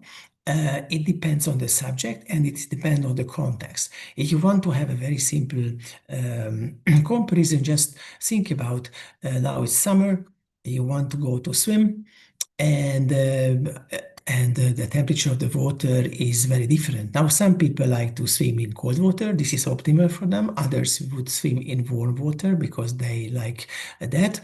Actually, it might depend on whether it's very the temperature, outside temperature is very hot. Then people might also choose colder water and so on and so forth. So optimal is not something absolute. It depends very much on the situation, on the subject, and so on and so forth. So actually, when I'm saying optimal state for work, we can't have a definition. What is optimal? Actually, what might be a good explanation is the result. So if everything went fine, if everybody is, let's say, happy, and then we can say sort of in a backside that yes, that was an optimal situation. or the dog was in an optimal state. But it's not just about the dog, but the therapist and the patient and so on and so forth. So, however, we have to do something, we have to start somewhere. So actually, I was putting together this kind of table based on reading many stuff about this. And I think what we have to start from is again the ethology. The ethology is very good because ethology is actually, and that's why people always have a problem with ethology when they think that ethology is about the behavior of the animal. Yes, it is. But we never say behavior, never see behavior in isolation. When I'm saying a dog is doing something, for me, it's not just about the situation, it's not just about the dog, it's about the context, about the past, about the future, and also what is very important question, why is the dog doing that? And this is the question what we should ask always before we get into the details of the behavior. So basically, if you just imagine any animal, so this is not specific to dogs actually, then there are three main functions. I mean, there are more, but for our discussion now, three main functions for the dog to behave in any situation. First of all, one function is what I call, and there are no good words for this, is search for target. So whenever the animal is somewhere in an environment, he has to search for things. And this is what we then can call as an inner state activity. And we can also say, which is quite arbitrary, that there are three states of activity. One is when it's too low, so we can call it apathy. When it's optimal, so this is what we call monitoring, exploring. And when it's too high, we can call it hyperactivity. Actually, the names are not really important because also these categories don't really exist. There is a continuum for being active. But activity has the function that without activity, the animal cannot find out what's going on, what is potentially going on in the environment. Then there is a second important function, is what I call, again, I don't have a better word, standby. Everybody knows this. Actually, when you have a monitor or a laptop, there is this standby function. So you have a little light that is actually showing you that with very little pushing, you can actually make the computer or the TV set live again. So you don't have to wait until it will be starting to work, because it's sort of a standby situation. Now, this standby is officially actually very often referred to as arousal or alertness. And again, you can have these three states. When it's too low, you might talk about boring or boredness. When it's optimal, it's kind of a calm alertness, and obviously some animals might be hyper vigilant. So they may be, you can then, let's say, never switch off. You can don't put them in a standby situation, which is also not really optimal. And then this third state, which is very important, and is what I call focus on the environment. So here, when the dog during an activity, having this kind of standby state, finds something in the environment that might be interesting, then he has to focus on it. So it has to concentrate on it, in other words. And this, again, you can have in three states. When the dog is not concentrating at all, you can call mind wandering. Then the dog is concentrating on the task or on this target in the environment, or the dog can fixate on it in an obsessive way. You can also see some dogs that whenever they see some specific stimuli, they just look at it and they don't care about anything else. So this is, again, not an optimal situation. Now, there is another, so these are the three inner states that are very important also for the therapy dog, the assistant dog. And I think you really can now make this parallel in what sort of optimal state should the dog or your dog be in this case. Okay, now there is this tricky word, motivation. And I think it's, again, something that is used often as a synonym. So we can say that this is a motivated person in English and probably also in Polish. The problem is, however, that this is not the correct way to say it. When we actually asking for motivation letters from people, then we are not want motivated people. We want people who are motivated for something. They want to work with money, or they want to grow plants, or they want to travel, and so on. So motivation is not a general state of the mind, is always has a goal, a target, if you like. So the best definition that I can find for motivation is that motivation is initiating, maintaining, and eventually terminating behavior to achieve a goal.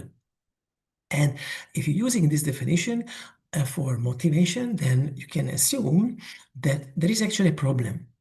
And this is actually, you shouldn't assume it, evolution has found it out, that in order to achieve a goal is actually not easy. That means that you have to work for it. I mean, it's not always work in the human sense, but the problem is you have to find your goal. Targets are not always there. You have to find them. You have to put in effort to actually find them. Now, animals are built in a way that they are motivated, so that this motivation state gets activated, and this makes sure that eventually, after many failures, the animal is still in the mental state of knowing about the goal. And this is actually what we call appetitive behavior at the behavior level. I mean, when what we see, for example, in a typical situation is when an animal is, let's say, hungry, so it wants to get food. I mean, in other words, so it has a goal. Then it has to search for the food because typically it's not there. And when you have this appetitive behavior, so which I can also call like search, then for this you need to be motivated in that typical sense. You need the activity, you need to endure, because most cases actually you can't reach the goal.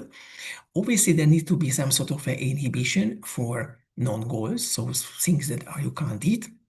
And obviously, this appetitive phase is very important because during this, the animal can also learn about other aspects of the environment. So obviously, it can also learn what is non-food in our original example and what is food. Now, when eventually, after longer time or longer duration, the animal has found the food, so found the target, then this is what we call consummatory phase. And then obviously the motivation is the motivation state is stopped, and that's why we can actually assume that there was some sort of inner state change as a response to the environment, because if you offer food again, the animal might not take it. So we can assume that now this motivation is terminated for some time, obviously. Okay, so we have an appetitive phase and a consummatory phase, and both are important. And behind the appetitive phase, actually, the motivation is the inner state that is controlling the behavior. Okay, now how comes stress into this picture? I think the best definition is, because there are again many definitions, but if you just imagine environmental, so the best definition is environmental demands exceed accommodation capacity of the homeostasis. So the homeostasis is basically the stability of the inner system. So when we are in homeostasis, we sort of feel normal. We don't really expect something very good or something very bad, but we just have no main issues with our inner state, so to speak. We are tolerant, and the dogs can be also tolerant to some extent within the homeostasis. That means that there is some accommodation capacity, and sometimes people use the word adaptation, but I try to avoid it because adaptation has a different meaning in ethology. So accommodation, so basically changing around a small value, theoretical value, that is not really affecting the system very much. However, the problem can be that sometimes the context changes in a way that the animal reacts outside. So it must really stress itself. It must really put in some more energy, if you like. And if it's about positive input, then we could talk about eustress. If it's about negative, if it's about stress. So, for example, walking in the park, then you would be in a homeostasis. You just enjoy the singing of the birds and the temperature, and you're talking to a friend. Then maybe you meet suddenly your old friend that you have never seen for 20 years. Now, this is a huge excitement for you. So actually, you will feel eustress because your homeostasis will change. You just stop everything what you were doing at that moment, run towards your friend and embrace her, and so on and so forth. Or it becomes dark. Okay, it is evening, it becomes dark. It's the same environment, but you might start to feel uncertain. You might expect some dangers. So slowly your inner state, your homeostasis is getting out of its normal range, and you start to feel, or you can activate your distress state. So now I think this is important to understand how these things are relating to each other. And of course, again, how stress is shown in individuals or in breeds, this might also depend on very much on individual variability. Also, it depends on the experience, how the homeostasis can be maintained despite some challenges and so forth. Okay, so actually, it's a very famous old principle, but it's also somehow probably most people have the same experience, that there is a sort of optimal state for work, and there is a state where you or your dog can achieve its best performance. And most people argue, and these American psychologists, Jerks and Dunston, also argued that basically this optimal inner state for the arousal, you remember the alertness, is when it's sort of in the middle. Now, so here would be the low arousal, here would be the high arousal, and when it's under the middle, then at an average task, then the performance is the highest. Now, obviously, this is just a theoretical model, but sometimes you can see that you can you can encounter a difficult task or an easy task. So that model can also be modified, and with this easy task, the optimal performance can also be reached with higher arousal, where you have to be more calm when it's about a difficult task and you want to have a high performance.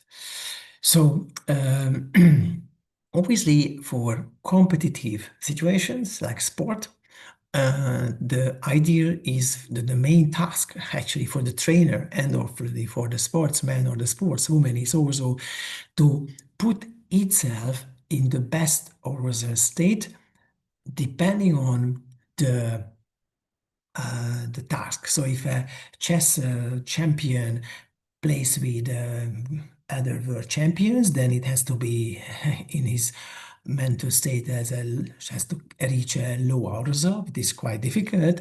However, if the chess champion is playing with little children or smaller children, where the task is very easy, they might actually just don't care about it too much, and they might actually lose, or they might just achieve such a high performance because they don't take it seriously.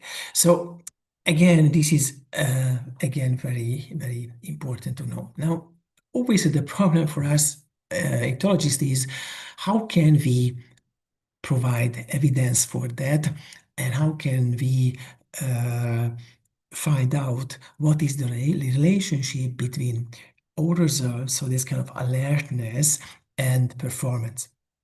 And actually, when I looked at the dog literature, there are not so much research on that, although it would be very good to find out what kind of performance is regarded as optimal, and what is the estimated state of a dog before that in terms of activity, in terms of arousal, in terms of focus attention.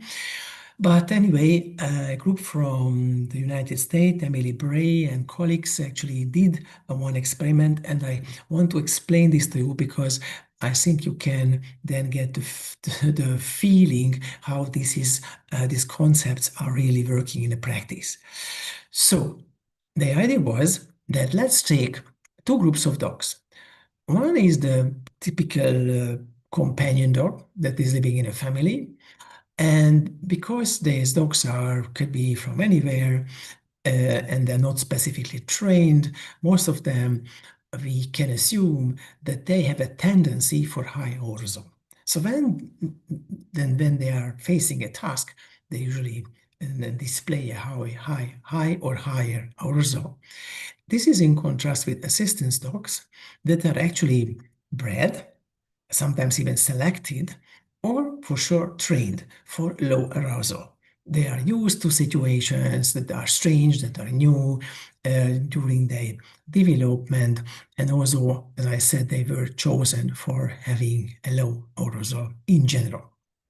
So the question was, can we find difference between these two groups of dogs, assuming they the most typical arousal state in a specific tasks, and they choose the inhibitory control. So the idea is that can these dogs are control their behavior in a detour task. Now, for those who are not familiar with a simple detour task, actually, you can also find it out when you're building this equipment for your dog at the dog training school. So the idea is here that there is this fence, it's a V-shaped fence, and behind the fence you can put food or a human or a cat or whatever you like. And the task for the dog is to actually, from this position, to get to the target. Now, usually the first idea for a dog, maybe also for a small child, would be to approach the target directly because that's the shortest way to the target, and they can see through the fence. It's a meshed fence. However, this is not this way they can't reach the target. So what they have to do is to actually walk around these paths, go and make this detour and arrive here behind the fence. This is what we call an inhibition, because when you want to get, you perceive the target, and when you want to get to the target, then this is what you have to inhibit. So this is what I call the inhibition. You have to tell to yourself, okay, don't go there because there's no solution. We have to, and especially you may imagine that even in that part or here, the dog is far more away from the target as it was here. So it's really an inhibition to follow this route. And what the etologists or the observers can measure is the latency, how fast the dog is making this, and then what is the direction of the path. So are they going this way very close, or are they taking this other direction? So they just turn here and then run around here, or they actually go to the fence and touch it or stay close, which is a non-inhibitory response. So using these three measures of performance, you can actually find out whether a dog is a high performer or a low performer. So whether they're making errors or not errors. Error would be actually going here, having a high latency and standing at the corner. Now, when you and then the experimenter introduced in the new version, they had two types of situations, two types of trials. In one trial, I will show you in a second, there was a low arousal, and in another trial, the situation was a highly arousing situation. And the question was for the experimenters, so that was a hypothesis basically, that how the two groups of dogs would react. And the assumption is that if the arousal is the situation is not very exciting, not very interesting, then the companion dogs might show a high performance. However, their performance might be lower if the situation is highly arousing. On the other hand, the assistant dogs have a lower, they have a much better control. They might be less good when the situation is not so exciting, but they might show a higher performance when the situation is highly arousal. Okay, so so basically how these types of tries differed in the lower arousal type, and this is the critical difference, the human who was behind the fence was saying in a very calm, low tone, "Doggy, come to me, doggy, come to me," a few times. And after this, the dog could actually walk to the person, the owner that was hiding behind the fence from some distance. In the highly arousal trials, the people were very excited, they were high-pitched and "Oh, doggy, come to me, and so on, and so forth. So this is how they were sort of trying to entice the dog into these situations. So here's a short video about this. I don't need to turn down the sound. So this is a familiarization try. The dog gets used to the fence, this barrier, so that he can go around. Then, Charlie, look. Charlie, look. so this is, Charlie, come. Charlie, stop. Good. okay, this one then, the low arousal trial.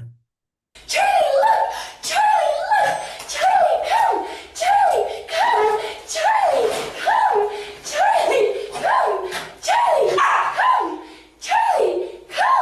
Charlie, come. Charlie, come. Charlie, come. Charlie, come. Charlie, come. Charlie, come. Okay, so probably you have guessed that this might be a family dog and not an assistant dog in this highly aroused situation. Okay, so something about the results. They had many trials, as you can see. Here we have the error, so larger numbers mean more errors done.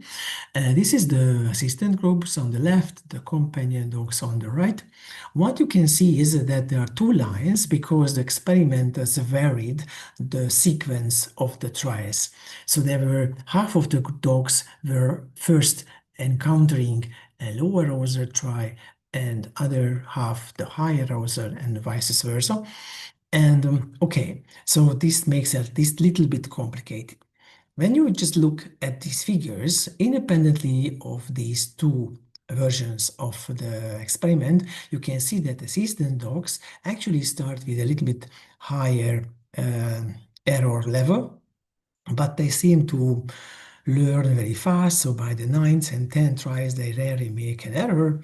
In contrast to the companion dogs, who actually don't seem to show a clear learning over this time. Maybe the one group did show some learning, the other not. So another interesting thing is that in the assistant dogs, actually this black line with the many errors, these were the dogs who in the first 5 trials were exposed to a low arousal situation. So this situation was not arousing them at a high level. This was the calm owner saying the dog names. The situation, the group was much better when they had a very excited owner. That also probably had an effect on the inner state because the errors, the failures were lower. And we found the opposite effect for the companion dog. So as you can see here, the gray line, so in the highly aroused situation, that was worse, showed the worse or led to a worse performance in these dogs. When we combine all the data together, so and then adding and taking the average, then we can see that here again, the sort of the reddish orange, I don't know what kind of color it is, the assistant dogs, actually they are they are with lower arousal, showing there was not a big difference between the two situations, actually putting it together. But dogs with the assistant dogs were actually a little bit better with in the higher arousal trial. But what was really sticking out in that summary is that when the companion dogs were facing a very aroused human behind the fence, then they made many errors, as you could see it from the video as well. So it seems to be that one very important aspect of the assistant dogs training is what we might call enhancing the resistance to this kind of highly arousal situation, and dogs were probably less aroused compared to the family dogs when the owner were excitedly calling their names. Now, I also checking the time, and I won't have the time to actually talk into details about this other topic, but I think still that at least we get some insight about how the dog's inner state might affect their performance in various situations. Here, actually, the second topic that I could also make a little bit shorter if needed is about the emotional support that is provided by the human, and also what we might call a kind of a co-regulation. And again, these arrows, both for the human and the dog, they are connecting three important aspects: the behavior signals, the inner state, and the hormonal change that takes place in the individual.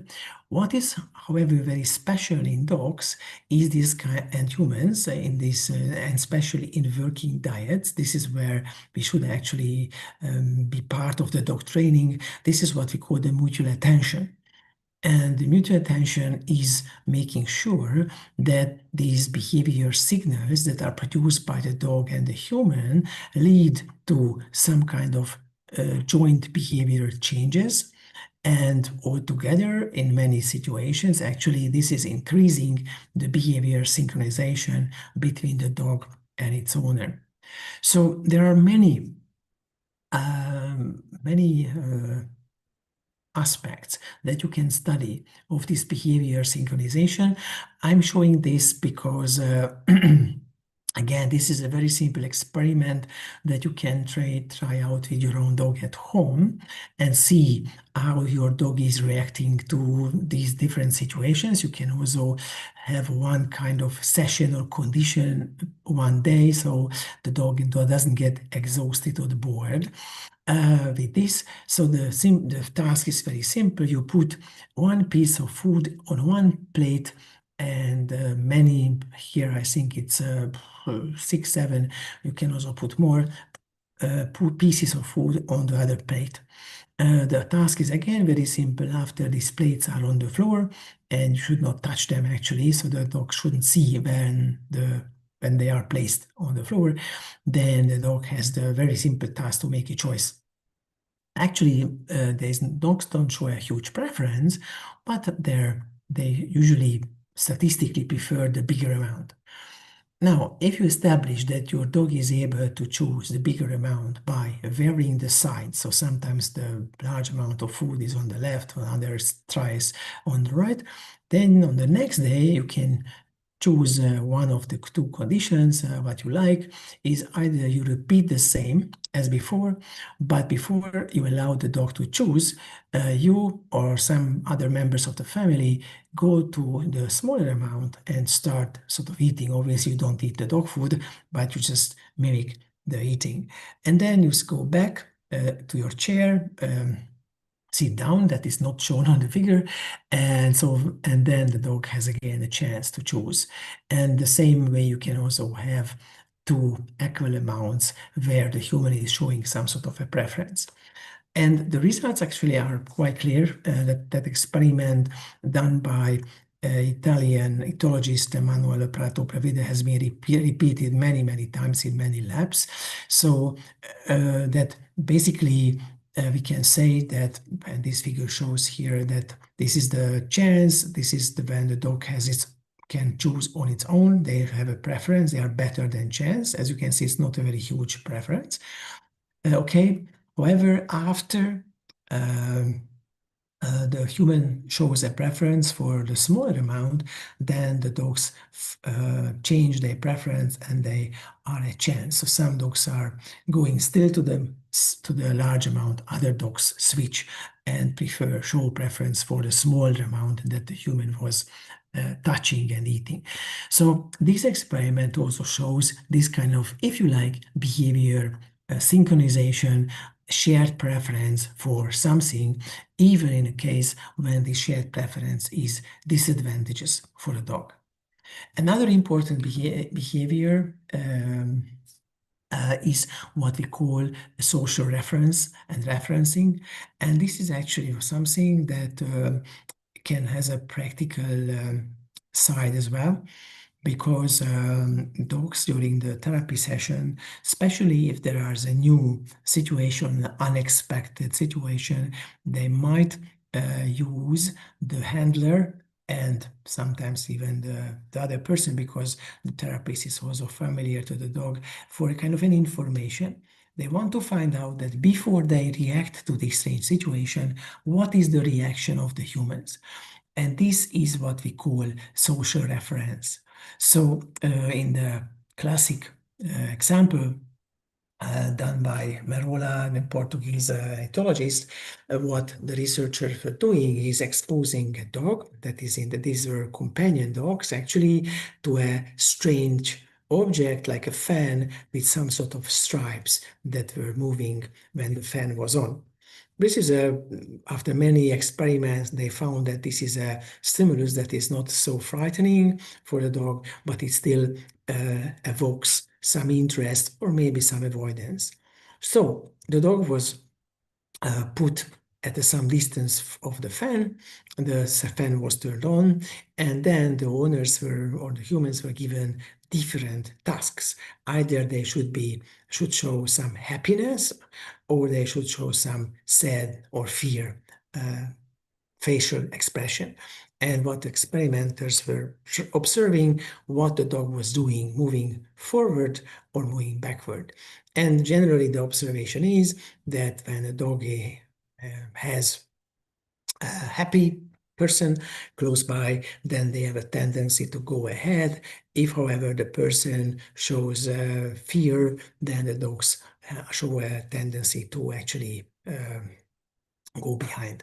So this means again that dogs are very sensitive, then they regulate their behavior, in this case in concert with the owner. And actually when they did the experiment with trained dogs, in this case these were not assistant dogs, but water rescue dogs and companion dogs, they also found a difference in a sort of a similar way, that at least in this case, the trained dogs, the dogs had been trained for water rescue. They were looking more often toward the owner when they had to choose between an owner and a stranger. So the companion dogs were using both humans as a social reference, but the trained animal had a preference for the owner. This might also apply for the therapy sessions. So that means that when there is a therapy session going on, the handler should also be alert and expect that if something is happening, the dog may use his or her behavior as an input to make a behavior decision. So unfortunately, I can't really go in detail because my time is running up. But again, this is a summary of the previous slide. So it seems to be that the handler's inner state whether it's calm or anxious, and so on and so forth, will actually influence also the inner state of the dog. So it's not just that the dog should be prepared for a therapy session, but also the handlers and the humans should be in the good, optimal, if you like, mental state. So, as a summary, well, I mean, I think obviously the situation, what we are exposing our dogs to, is very similar to what we find ourselves in when we are working. So I think what we need and because this optimal state is very different from one dog to the dog to another, I think what the dog trainer, dog handler needs to recognize is the actual state of the dog before the session. And basically what you can then do is either what I call warming up or cooling down the dog, depending on how the optimal state at that particular time of the day can be achieved. Of course, it's very important, I think, that the dog is sort of getting the chance to explore new situations. And it's not just the kind of therapy situations that the dogs are usually working, but also other situations that that might be new for them, so they can sort of explore and monitor these situations. It's also sometimes good that the dog has to be brought into this what we call the calm alertness state by offering the dog some activity, not too much, because then it won't be active during the therapy session. And we can also give the dogs some tasks in order to check before the therapy session whether they are concentrating, whether they are there, and maybe this can also shape their behavior and contribute to the success of the therapy. And on the human side, I think we have to be always aware that dogs will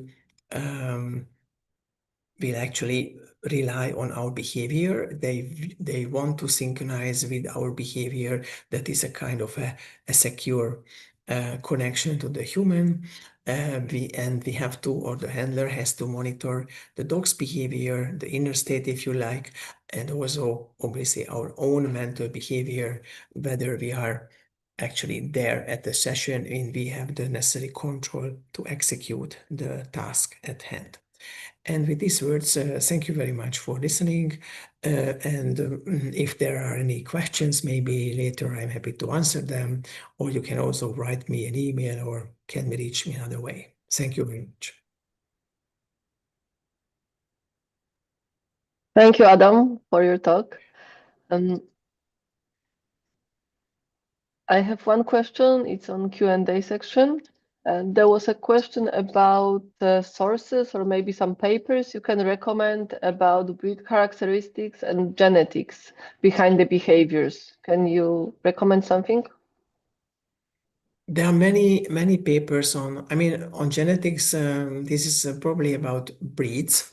And there are, I think, also for working dogs, there are a few. I'm not sure about assistant dogs, but I'm sure that there are papers for police dogs, what breeds are more suitable and what breeds are less suitable, or actually put it in a better way, what policists think about this.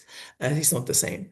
But here again, the question is, I think, and this is the old question, what is larger, the variability within breed or between breed? And I think for most family dog type of dogs, even including mixed breed dogs, I think the individual differences are bigger and are more important. So for this particular work, I would say that it's the individual who would be either talented or would be predisposed to work, and not that you have one breed or another. Okay, thank you. I hope that answers the question because it wasn't mine, it was on the chat. So there was a question about the sources and papers. And we have another one. about arousal resistance and high performance during arousal built in your AAI training program. So it's probably to me. Yeah. So I can answer it maybe at the end of the session because now Adam is answering questions.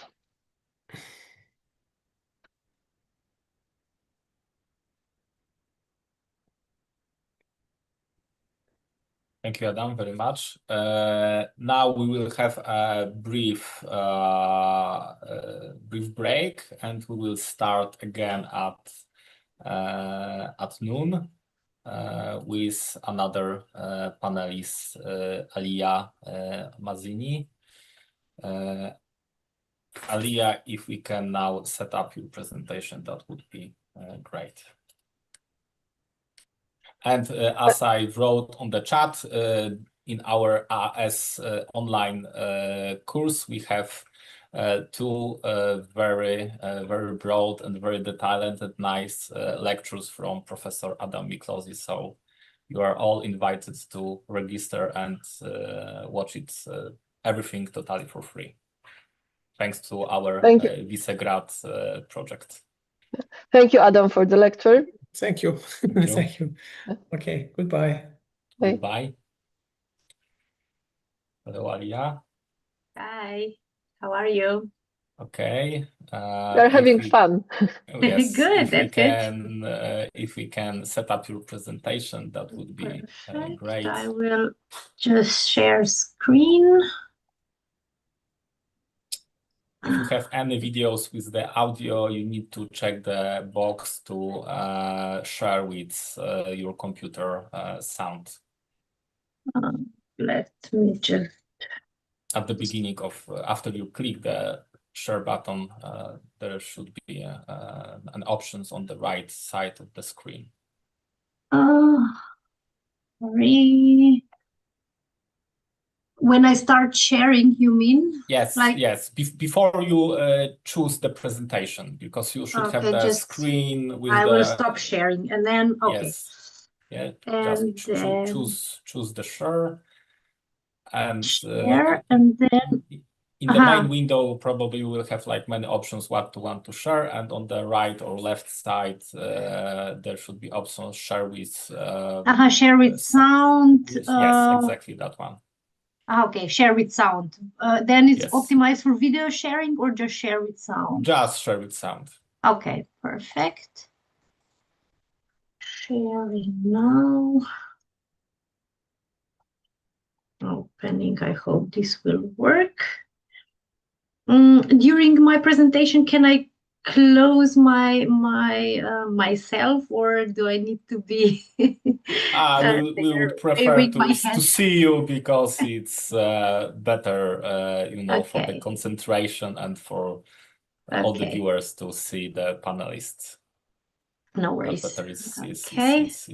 nicer. Good. So this, I hope, should we try just a short video Yes. if it works? Yes, Okay. please. Okay. Let's do that. Let me find the slide with one video. Okay. You can see it and hear it, I hope.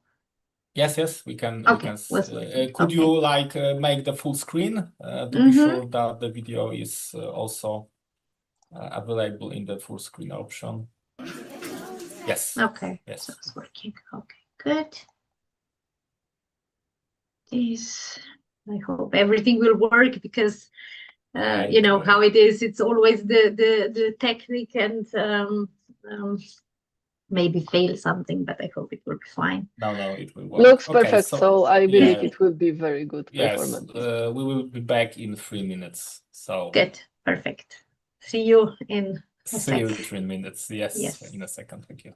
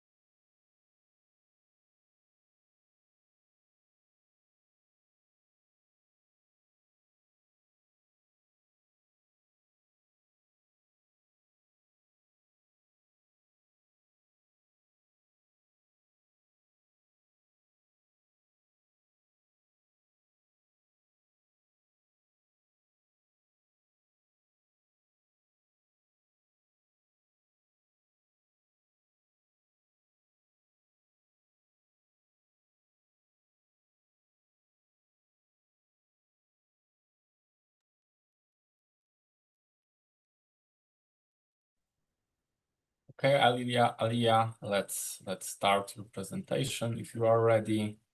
Yes, that's a sec. Okay. Uh, Sorry. Okay, you did that, okay? Yes. Or okay. It was accident. Start again, Uh, please. I let need. me Okay, now probably you will be able to Okay. start your the Start video. my video. Okay, so if you could just say a couple of words about your background, that would be very, very nice. Okay, perfect. Yes, good afternoon. I think it's afternoon already. So thank you for being here. Thank you for inviting me. My name is Alia Mazzini. I'm actually a veterinarian with specializing in clinical animal behavior. So I'm working with behavior clients, behavior currently in dogs. So a lot of different topics, a lot of different things. But today, yes, we will focus on actually on canine communication in the context of animal assistance services. I think this is especially important because those dogs are not simply living at home, but they are also working around people, often in emotionally complex situations, sometimes around clients that move unpredictably, maybe touch them intensely, or they need comfort. So it's really quite a difficult situation for the dogs. So today, I don't want to focus only on whether a dog can perform the task. I want us, to ask us a bit deeper welfare question. Is the dog comfortable? Is the dog choosing this cooperation? And are we as handlers and professionals able to hear the dog before they need to shout or speak more clearly to us? I hope this will work. Okay. So I would like to start before we even talk about welfare implications and decisions in AAS. We need to start with one really important principle, and this is dogs communicate with their whole body. So we should never look at only one signal in isolation, not just the tail or the ears, not just whether the dog is approaching or staying close. Instead, we need to observe really the whole picture. So if we look at the eyes, are they soft? Are they wide? Are they tense? Is the dog avoiding eye contact? If we look at the mouth, is it loose and open? Is it tight, panting? Is the dog licking itself? If we look at the ears, posture, movement, tail, distance from people, and all wider context. In animal assistance services, this is essential because many dogs continue to participate even if they are not fully comfortable anymore. A dog may stay near a client because they have been trained to do so. A dog may wag their tail and still feel conflicted with the situation. A dog may accept touch but show tension elsewhere in the body. So our job is not to collect single signals. Our job is to observe those patterns. And welfare decisions always require context, not just isolated signals. So the next important point is that canine communication is a dynamic thing. Signals are constantly changing. A dog is not simply relaxed or stressed for an entire session. Their emotional state can shift from moment to moment, depending on what is happening around them.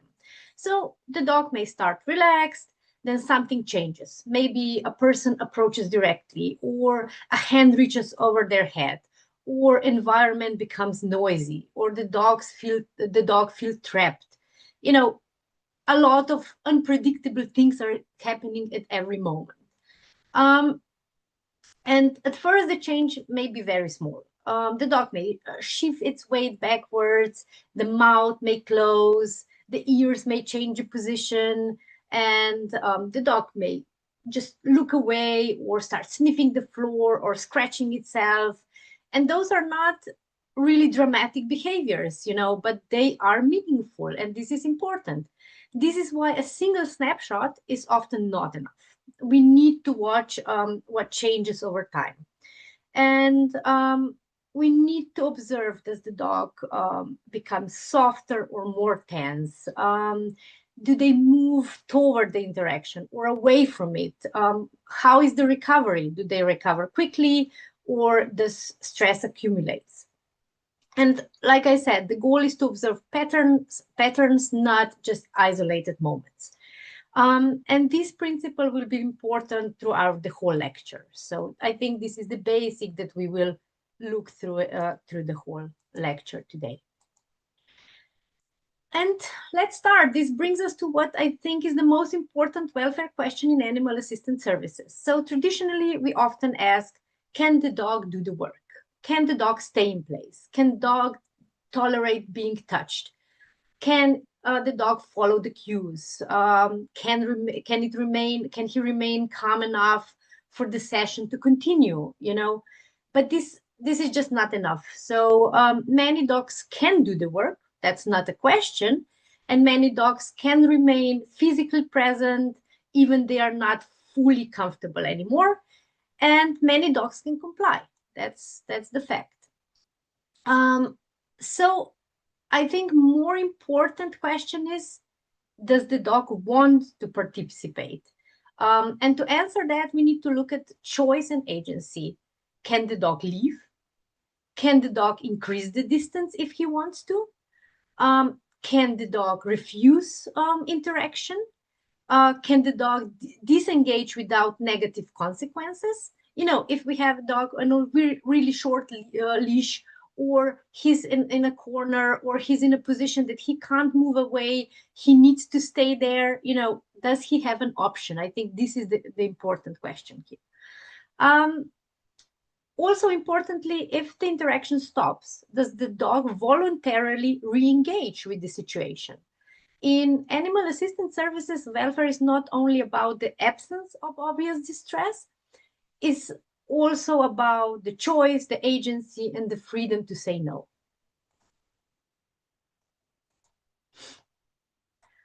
So I think one of the difficult things about welfare assessment is that most problems do not happen because handlers do not care. I think we all care about our dogs. I think we all want to look at their welfare and to do the best we can. I think that's really clear why we are doing this. I think it's really quite the opposite. Handlers usually really care deeply and about the clients, about the dogs, and about the quality of their work. But sometimes good intentions can still shape how we interpret behavior. So one common bias is optimism bias. We enjoy this work. We see the positive effect it has on people. So it's also very easy to assume that the dogs must enjoy it too. Another is investment bias. We may have trained for months or years. We have invested a lot of time, a lot of money, emotion. We identify with this role. So when the dog shows like subtle discomfort, it can be hard to accept that they may not be enjoying this session at this moment. And there is also a pressure to perform. So the client may be having a very difficult day. The dog might be bringing comfort. Everyone in the room may want to continue the interaction. And in those moments, it's really hard. And I think it becomes very easy to explain, away those small warning signs. Like we might say, oh, he's just excited, or she's always doing that, or he loves people. But welfare problems in AAS rarely arise from lack of care, so more often they arise from human bias, competing priorities, our desire to help both, the client and the dog, not about blaming handlers, this is clear. So it's about recognizing that caring deeply can sometimes make objective observation harder. That's the only thing, so we care, we want to help, but we really need to objectively observe our dog, not just what we want to see or we want to continue. This is also especially challenging because the handler's attention is divided, so we can't just be observing the dog. So in the AA session, we are not observing the dog in isolation. We are also observing the client, the environment, the emotional tone of the session, safety, timing, the goals of the activity, so much is going on. And most of our attention is naturally directed toward the human client, and that's understandable, of course. And the client may be speaking or moving or expressing emotion or needing support. But the dog's subtle communication often happens quietly, and so a bit of at the margin of our awareness, maybe a lip lick, or and these lip licks can last half a second, or weight shift, or the dog may turn his head away or closes his mouth or move slightly behind the handler, And if we are really emotionally focused on the client, we miss these small signals and changes that happened. And this is why welfare problems often occur, not because handlers do not care, but because they are trying to care for two individuals at the same time and perform the task. And the practical implication is important. We need to build a system that help us notice the dog, even during emotional demanding sessions. So we cannot just rely on our intuition in the moment. We need observation habits, clear criteria. We need permission to pause the interaction if needed, so that we don't miss on our dog.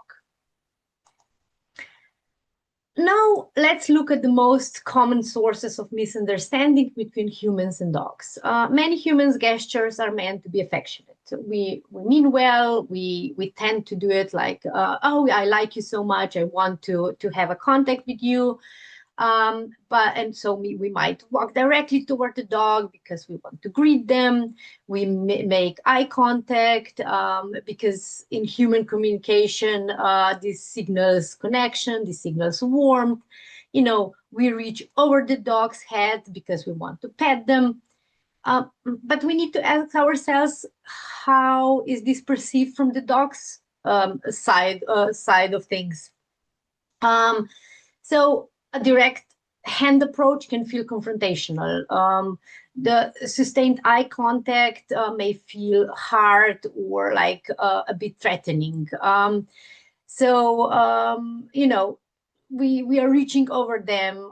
It's like this looming movement from above, and we need to be clear. It doesn't mean that every dog will find these gestures frightening or stressful. Many dogs are used to them. Many dogs enjoy even petting, hugging, and so on. But many dogs tolerate them, and many dogs really don't like them. So we really need to know our dog. Again, context matters. The relationship matters. The dog's previous experience matters. But in animal assistance services, dogs often interact with unfamiliar people in unfamiliar environments, sometimes with people who may move unpredictably or express emotions intensely. So we always need to ask ourselves, how might this interaction feel from the dog's perspective? Not only what did the person intend, because the human intent may be kind, but the dog's perception may still be uncomfortable or threatening. So this is where many welfare problems begin, not with bad intentions, but with mismatch between human meaning and canine experience. So what are some of the early signs we need to watch for? So these are the quiet signs. So this is not aggressive behavior, this is not lunging, this is not biting or so on. These are really quiet signs. The signs that often appear before obvious avoidance, before barking, growling, shouting, shutting down, whatever. Around the mouth, we may see lip licking, yawning, pursed lips. These signals are especially meaningful where no food is present, or when they occur during social interactions. In the eyes, we may see averted gaze, whale eye, dilated pupils. The dog may look away from the person, avoid direct eye contact, show more of white of the eyes. In posture, we may see a weight shift backwards, or crunching, or lifted paw. This can be very subtle, but often they tell us the dog is preparing to create distance or is unsure about the interaction. And then we have displacement behaviors. These are behaviors that may look unrelated to the situation, that maybe they happen all of a sudden, and all of a sudden the dog is scratching intensely or started sniffing, or if we are outside, they started peeing or drinking water, and just some things that this is, I always compare this. If we are a bit uncomfortable, we just get our phones out and start scrolling, even if we don't need something. It's just something to do with our hands because we are unsure about the situation. So the dogs do the same, they might be shaking off or doing different things. And in AS, they are very easy to misinterpret. We may think the dog is just distracted, the dog is exploring, the dog is being silly. But sometimes these behaviors are the dog's way of coping with social pressure. So the important point is not to diagnose stress based on a single signal. The important point is to notice patterns. If we see a lip lick along with an averted gaze, with body tension, attempts to move away, the picture becomes much clearer. And if we see these signs during an AAS session, they should make us pause and reassess. So what is happening? Is dog still complying? Is dog still fine? Or do we need a short break? What do we need to do? None of these signals alone proves that the dog is stressed. But when they appear repeatedly in context and together with changes in posture or engagement, they become important welfare information. I think this brings us to one of the most important misunderstandings in animal assistance services, and this is the illusion of friendly, so to speak. Many behaviors that look friendly to humans do not automatically prove that the dog is comfortable or enjoying the interaction. So, I don't know, the wagging tail is a good example. A wagging tail can occur when a dog is happy, of course, but it can also occur when the dog is highly aroused, conflicted, uncertain, or stressed. The tail alone, so it's not enough. Licking is another example. Sometimes licking can be social or affiliative. Dog started licking this person's face. But in other situations, especially when the dog is being approached or restrained or touched, licking may be appeasement or sign of uncertainty, so really testing what's going on and gathering information. Jumping is also often described as enthusiasm and friendly and so on, and sometimes, of course, it is. I'm not saying that all those behaviors are not also positive, but just that we think about, they can have different meanings. So jumping up can also reflect really high arousal, difficulty regulating emotions, difficulty disengaging with the task. The dog may be active, social, moving toward people, but still not be emotionally comfortable with situation. And finally, proximity does not automatically equal consent. I think that's important. A dog may stay close because of habit, because of training history, because lack of alternatives, because moving away has never been reinforced. So he doesn't see it as an option.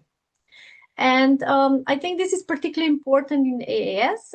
A dog who approaches clients, stays near them, licks them, wags their tail, maybe still needs our careful observation. So I think message is not these behaviors always mean stress, because I'm not saying this. The message is these behaviors alone don't prove welfare, don't prove the dog is enjoying himself. And participation does not automatically prove welfare, enjoyment, or consent. We always need the whole picture, like I'm repeatedly saying. And I would really like you to keep this in mind, and because I will show you some videos, and just keep in mind what we talked about it now. So before I play you this video, let's look at real example. When you watch it, try not to decide too quickly whether the dog is happy or stressed. Instead, ask yourself questions. What is the dog's arousal level? Can this dog settle? Can the dog disengage?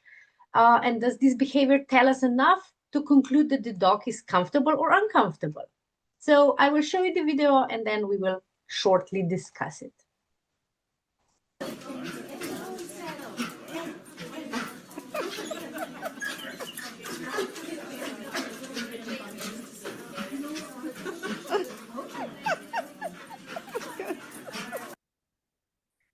So at first glance, many people might describe this dog as happy, excited, social, enthusiastic. You know, the dog is moving toward the person, jumping up, wagging, seeking contact.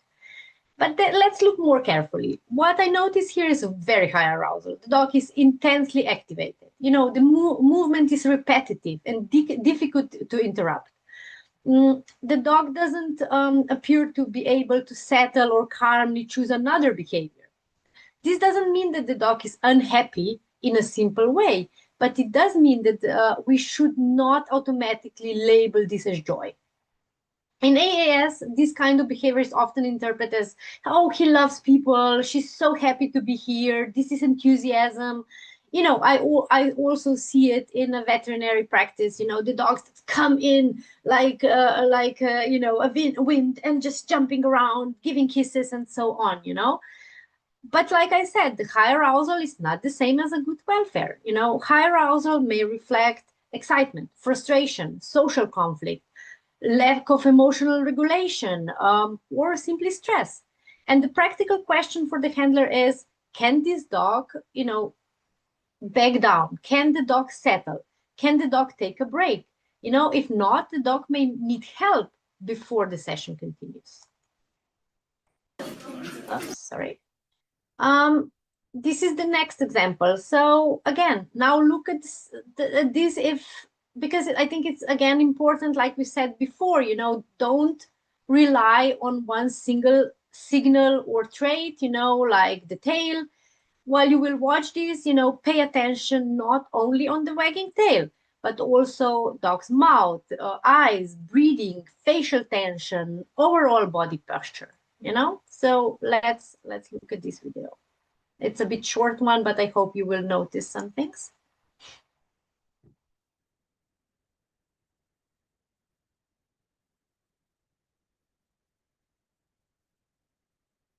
You know, if we would just focus on the tail, we would say, oh yeah, this dog is happy, the dog is fine, the dog is socially tolerant or even socially motivated, you know, but the tail is, again, only one part of the picture.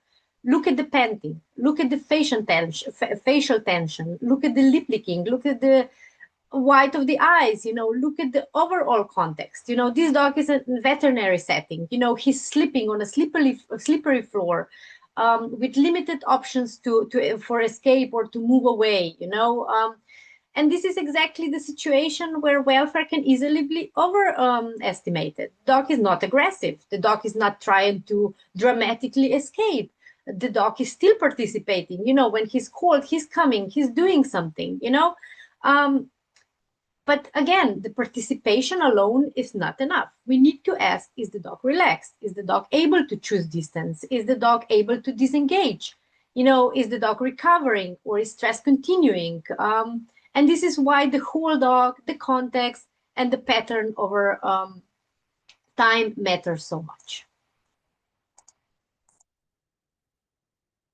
After looking at those examples, it can help to organize what we see into welfare states. I like to think of this in 3 broad zones. So in the green zone, the dog is relaxed, he's engaged, his interaction is voluntary, the body is relatively loose, the dog can respond to the handler, take food if appropriate, disengage and re-engage again. And this is where we want AAS dogs to spend most of their time. In the yellow zone, we should pause and reassess. The dogs may still be participating, but we may begin to see signs of uncertainty, a little tension, conflict, a bit of reduced engagement, let's say. And this is, I think, where the handler's most important intervention point.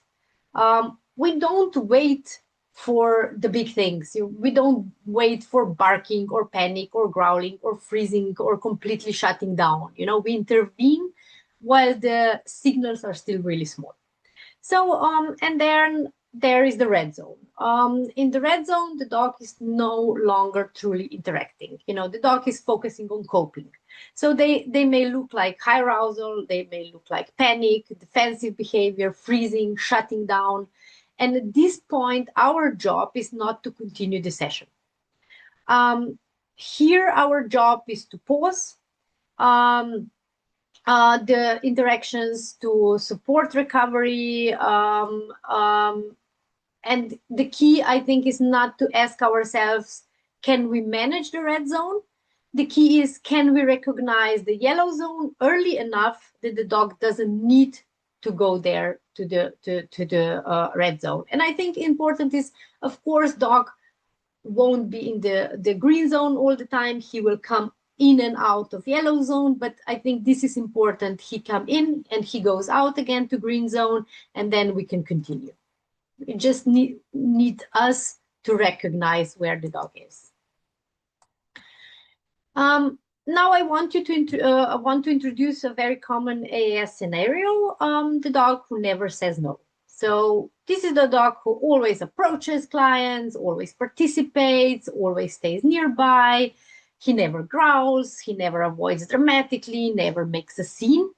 At first, this can look like an ideal AAS dog, and ideal behavior. So we may think, oh, this dog loves the work, this dog is reliable, the dog is perfect with people. But again, we need to be careful. A lack of resistance is not proof of enjoyment. Some dogs continue participating because the behavior has a long reinforcement history. They have learned the routine, they know what is expected, they may not actively disengage, even when they are tired, conflicted, or uncomfortable. True agency looks different. A dog with agency can approach voluntarily, but also leave voluntarily. They can take a break. They can return if they choose to. They can say yes, but they can also say no. So when we evaluate welfare, we should not only ask, did the dog participate? We should ask, was participation actively chosen? Could the dog leave? Did the dog return voluntarily? That is the difference between compliance and agency. Now let's look at another example. This is not an AAS session, but it's very relevant because it shows something that is often misunderstood. A dog who is not resisting, the dog is not vocalizing, the dog is not moving away, but it's still clearly not comfortable. As you watch, pay attention to stillness. Look at the closed tense mouth, look at the ears, look at the hard, direct stare toward the veterinarian's face. And notice, please, what happens with the paw. I will show you the video now.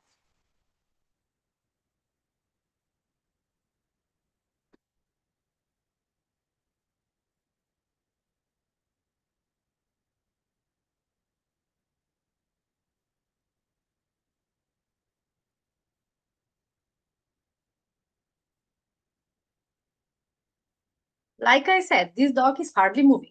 There is no growling, no barking, no obvious attempt to escape. The dog is sitting on the table on his own. But this is not relaxation. The body is very tense. The mouth is closed and tight. The ears are held back. The dog is staring directly at the veterinarian's face. And one of the most striking details is the paw. Even when the veterinarian releases, the dog keeps the paw lifted. This kind of immobility is very important to recognize. Many people would describe a dog like this as good, tolerant, well-behaved. Vets love them because, you know, they are compliant, they are not moving, they are staying there. We can do whatever we want. But as from a welfare perspective, this is not what we want from our patients or from dogs in general. Like I said, the dog who's frozen is not necessarily coping well. They may be inhibited, overwhelmed, or unable to choose another response in that moment. In animal assistance services, this matters a lot. A dog may remain still during touch. A dog may stay on a lap. A dog may allow hugging or handling. But stillness is not the same as comfort. Silence is not the same as consent. If we see this kind of tense immobility, we should not praise it as good behavior. We should reduce pressure, create distance, give the dog a chance to recover and make a choice. I think this slide summarizes one of the central messages of this lecture. Like I was leading you towards this slide. Like I said, participation does not automatically equal welfare. A dog can experience a wide range of emotional states. He communicates all the time. At the end, we have enthusiastic participation. You know, the dog is actively seeking interaction. He remains loose and engaged and appears to choose to stay. Then we may have willing participation. You know, the dog is comfortable, he's cooperative, but perhaps not highly enthusiastic anymore. In the middle, we may see natural tolerance. So the dog is not necessarily distressed, but we may not see clear positive engagement either. Further along, we have reluctant compliance. The dog is still participating, but behavior may be more driven by habit or expectation or, I don't know, limited alternatives, and not by true choice. And at the far end, we may see shutdown or withdrawal. The dog is physically present, but emotionally disengaged. And I think this is really important again, because a dog may stay close to people for many different reasons. And a dog may stay because they want to, or because they learn to, and maybe because they don't feel they have another option. And I think it's important because these are really different welfare situations. So again, the question is not only did the dog participate, but like I repeated many times, what was the dog's experience while he was participating, and why was he doing this? Now let's go in a bit more practical. We think in terms of three broad welfare zones. I like to use this green, yellow, and red one. And remember, those are not meant as diagnoses. They are just practical decision or tools for handlers, or to help you a bit understand and decide what to do. So the green zone is where the dog appears relaxed, engaged, enabled to interact voluntarily. And this is where we want our dogs to be during animal assistance services. The dog is not only physically present, is also able to choose, respond, engage, disengage, re-engage, and so on. The yellow zone, like I said before, is the most important zone for handlers. This is where the dog begins to show discomfort, uncertainty, and rising stress. The dog may still be participating. The session may still look successful from the outside, but this is our critical intervention point. If we notice the yellow zone early, we can address the situation before the dog escalates, and we can return him to the green zone. Maybe we create a bit of distance. Maybe we can stop the touch. Maybe we can choose to do a little break. Maybe we can change environment. We can advocate for the dog while the situation is still manageable. Now the red zone is different. In the red zone, the dog is focused on coping rather than interacting. We can see some maybe defensive behavior, maybe really freezing like it was seen in that dog. Maybe arousal gets higher, or maybe it gets lower in a sense of shutdown. So this dog is still highly aroused, but we see lack of movement. And at this point, then our goal is no longer to continue the activity. Our goal is to stop, to reduce pressure on the dog, and to support recovery. So for AAS practice, the goal is not to become good at managing dogs in the red zone. The goal is to become good at recognizing the yellow zone. So now another practical question. So what do we actually do in the moment? So you as a handler, you may notice an early stress signals, but then hesitate. Is this serious enough to stop? Should I just wait and see? Am I maybe overreacting, you know? And a useful approach is always to create a short pause. You know, that can never hurt. And if the dog shows early signs of stress in the yellow zone, stop the interaction briefly. Even a pause for a few seconds can give us important information. And then observe what the dog chooses to do.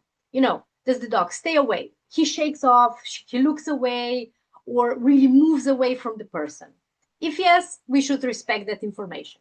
So the dog is giving us information and we should reassess and respect it.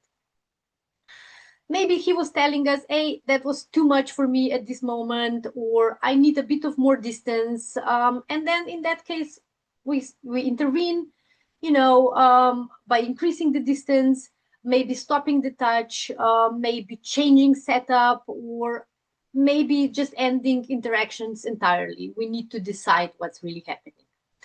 But maybe the dog will actively choose to come closer again.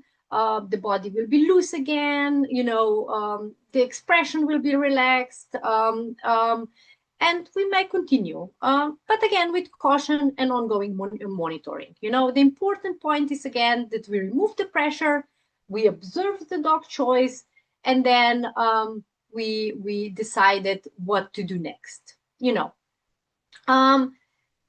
I would say here the important thing for me is also not to use, you know, food or obedience cues or social pressure to keep the dog engaged while he's trying to disengage, you know, because maybe, I don't know, I know my Labrador, she would do everything for food, you know, so if I would lure her in with food, she would stay, but maybe she wouldn't be comfortable, you know, and then we often see these conflict emotions because, oh yes, I want food, but this situation is making me uncomfortable. So we really need to see what's going on. This brings us to a very practical tool, the 3-second retry rule. It's really a simple way to check whether the dog is actively choosing interaction. And this is not a training trick, you know, it's just a way to ask the dog, oh, do you want this interaction to continue? So in step 1, we just invite. We don't reach directly toward the dog, you know, we don't assume they want the contact. We present our shoulder or our side, we soften our body, you know, we allow a dog to approach. Step 2, we pet for 3 seconds. If the dog chooses to come closer, to gently, you know, to lean in, we gently pet the dog for a short time, maybe ideally, you know, chest or chin, so we're not leaning over the head. Then we pause and we move our hands away. And then we observe the response and we read it. So is this, and this is the important part. So if the dog leans in, he nudges the hand, you know, he remains loose, he's giving us signals, oh yeah, continue, I really enjoy this, you know. So then, yeah, we can continue. But if he looks away, he freezes, he starts lip licking, he's tense, you know, there may be some unclear signals, we don't continue touching, you know. And with 3 tries, part is also important. We don't repeat endlessly, you know, we repeat only if the dog voluntarily re-engages, you know. If the dog doesn't come back, the interaction is over, you know. The tool is useful because it makes consent observable. Instead of assuming, yeah, the dog is like being petted, we ask the dogs repeatedly, do you want this to continue? And then, yes, we need to respect the answer. So to finish this practical part, this is a simple checklist for handlers. So it's YAYABA. It means you are your animal's best advocate. So before the session, we ask, did the dog experience any stressors today? For example, transport was stressful, or he got a poor night's sleep, or something stressful happened at home, or he was in pain, or he was sick, or we were or are in really unusual busy environment. Is there a safe retreat available? The dog should have a place where no one follows, no one disturbs him, no one touches. Can the dog chooses to leave? This is one of the most important questions in the AS. If the dogs cannot leave, then we cannot fully assess the consent. Then during the session, we monitor the whispers, like I said before. We don't wait for the obvious signs. We don't wait for barking, growling, or obvious avoidance. We watch the subtle changes. We respect disengagement. If the dog turns away, moves away, freezes, avoid contact, or chooses to not re-engage, we do not push. And we intervene early, like I said before. A good handler does not wait until dog is in crisis. A good handler acts in the yellow zone. After the session, also, we need to reassess how it went. So did the dog have time to recover and rest? Did the dog return to baseline? What should I change or do differently the next time? This is important because welfare is not assessed only during the session. We need to see what was happening before, and recovery matters too. A dog who appears fine during the visit but is restless, exhausted, irritable, or unusually withdrawn afterwards is giving us, again, important information. And the checklist is simple, but the mindset is powerful, I think. Our role is not only to guide the dog, our role is to advocate for the dog.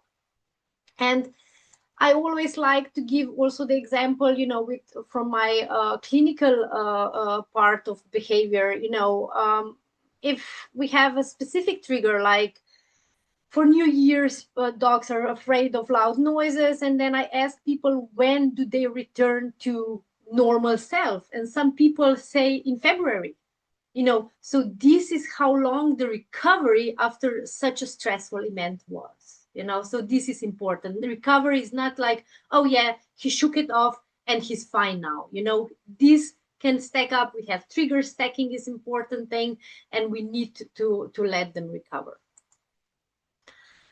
I want to end by returning to the most important message of this lecture, I think. And so again, like I repeatedly said, participation does not automatically equal welfare. A dog can participate because they enjoy the work, but the dog can also participate because they learn the routine, they are highly tolerant, they don't know how to leave, or their earliest signals were not noticed. So our job is not only to ask whether the dog can do the work, our job is to ask whether the dog wants to do the work. And again, this question cannot be answered by one behavior, not just by wagging tail, or by proximity, or by silence, or by absence of growling. We answer it by observing the whole dog over time in the context. We look for choice, we look for agency, we look for ability to disengage and voluntarily re-engage. And then we are, if we are unsure, the safest and most ethical thing is to give a short pause, create a distance, and give dog more control. And, I think in AAS, dog gives so much to people, and to a lot of people. And I think our responsibility is to make sure that they are not only useful, but are also heard, protected, and genuinely willing to participate. I would really like to thank you for your attention. I hope that these lectures that give you the way to recognize human communication, but a bit of practical way how to act on it. So like I said, I think the key message is the dog's behavior is not only something to interpret, it's something we must respond to, you know? So if the dog whispers, we shouldn't wait until they need to shout. And I hope we can all continue working toward AAS practices in which dogs are, you know, not only present, but active, willing, and our protected partners. So I'm really happy that I could give this lecture, and I'm happy to take any questions if you have any. Thank you. Thank you, Alia. It was a great lecture with a lot of practical insights, so I believe they will be very useful in the practical work. And actually, we have one question in Q&A section. I'm not sure, do I understand it correctly, but let's try. What if I meet a client with a dog and we use the method 3 seconds, but it may turn out that it's a matter of controlling us in the situation? And are we really touching the chin, which is highly innerve and close to the dog's muzzle? I mean, believe with the that- chin, yeah. first with the chin, I'm not going into mouth section. I'm mostly doing like breasts, let's say it like this, you know, so maybe up a bit, but mostly here. Also, what I'm doing in veterinary practice is I'm starting here and then I move my touch if appropriate, you know. So if we do the continuing touch and not just, you know, because I think it's a lot of stress for dogs if we touch here and then we move our hands, you know, so it's a bit unpredictable, but we start somewhere that's quite safe and well tolerated with dogs, and then we can move this. So yes, no, I didn't mean around the mouth, because this can be stressful, but some dogs enjoy it under the chin. But I think ears, top of the head is quite stressful for some dogs, so we need to observe also, but they have different preferences, of course. Yes. Yeah. But I didn't quite understand the first part of question, so if Yeah, but it's something about the client. I'm not sure, because it was written in English, but I'm not sure what was the context. Because if we meet a client, we actually shouldn't do the test with the client. We should many test before we approach clients with the dogs. The dogs should be properly chosen for this kind of work and prepared. So when you meet the client, it's a bit too late for doing those tests. So I don't know, is the question about the client actually? No, I think it's about I think it's a bit of misunderstanding here, because yes, we are talking about dogs that are trained to work in AAS. So you did the practical work, you are working with the clients, but I just meant that so the dog is already trained what to do, he's enjoying the work, you know, he's appropriate dog for that, you know, so you're not bringing a random dog doing this with the client, you know, so the dog is, the whole thing is trained. But then also the dog may be a willing participant, but at that day maybe have a bad day or bad night's sleep, and he doesn't want to have a contact with the client. So this is what I meant with that. I don't know if this is the answering your question, but you know, now we are there, we know the routine, how this works, and the dog maybe did it many times, but then with the client, okay, you know, is it okay for the dog that we continue with this interaction? I hope that I answered, and this was meant in this way. This is not just one random dog and now I put it in situation with the client. Of course not. No, that was not what I meant. There's another question, and I think it's based on your education also. So how the veterinarians can actually support dogs during the visit to make them not that stressed?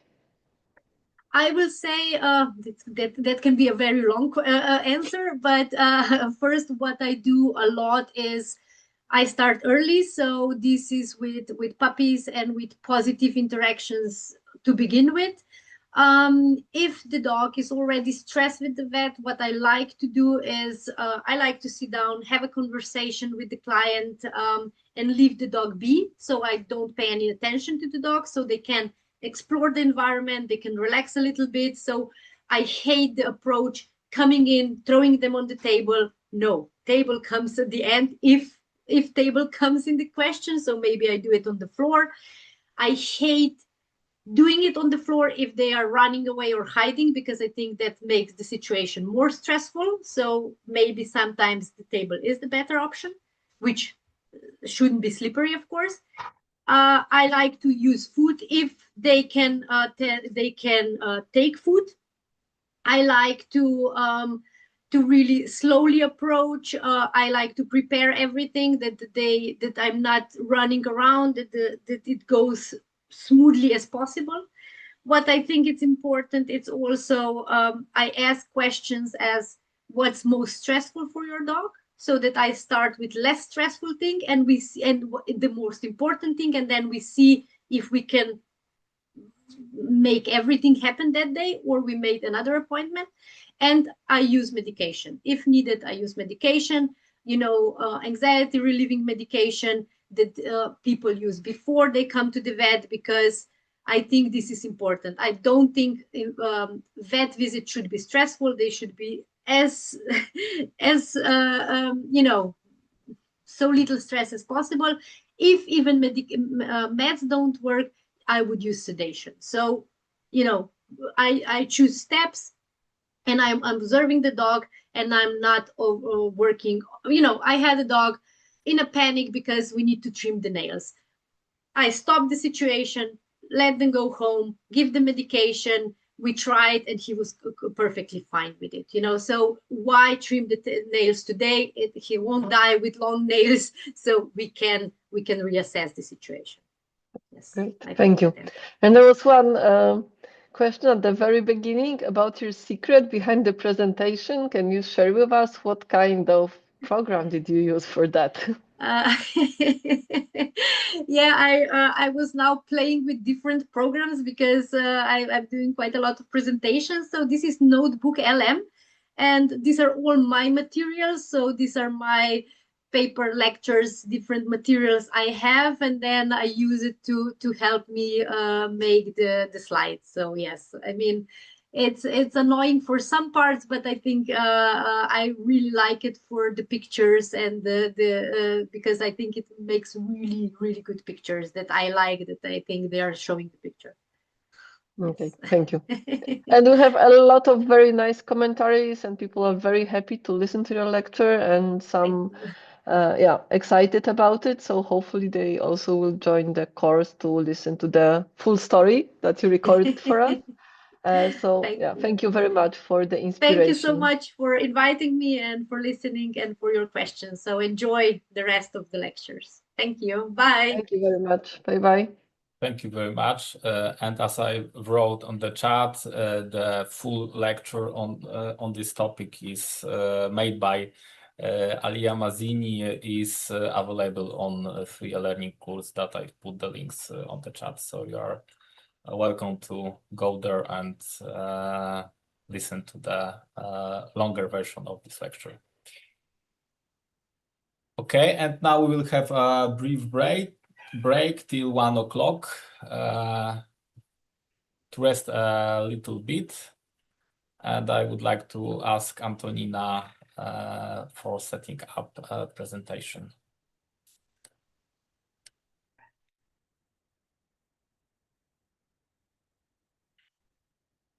I couldn't make video. Okej. Możemy po polsku. Już cię proszę o... Ja nie mogę włączyć wideo. Już powinno być dostępne. Yeah. Okay. Już jest. Antonina will speak in English. This is for Bartek. Ale tutaj chwilę pomówimy po polsku. Okej.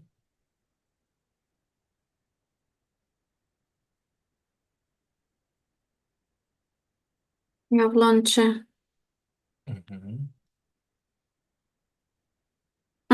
Już jest, tak? Super. Tak, no i chwilowo możemy się wyciszyć. Do pierwszej jest jakieś 7 minut, więc po punkt pierwszy możemy się tutaj zobaczyć, żeby każdy mógł chwilę odpocząć przed kolejnym wykładem. Dobra, dzięki.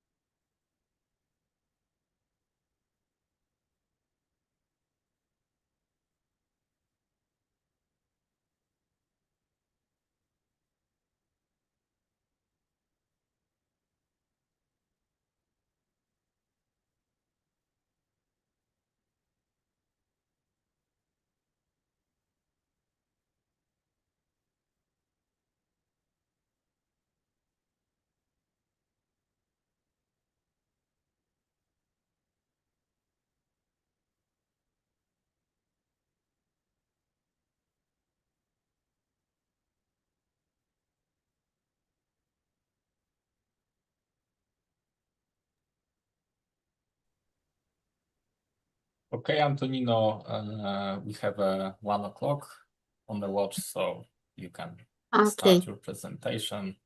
I'll try. Ci wygodnie. Hello for everyone. Thank you for possibility. Thank you for invitation, and thank you for support Ukrainian people in this hard time. And I hope my lecture will be interesting for you, because we in Ukrainian just start work in AI, and for short time we have like some development, and unfortunately it's very development from war. And a little about me. My name is Antonina Hoshovska. I live in Ukraine near Armenian border in city Chernivtsi, but I have cooperation with all my colleagues from all Ukraine, and thank you for invitation, organizers of this conference.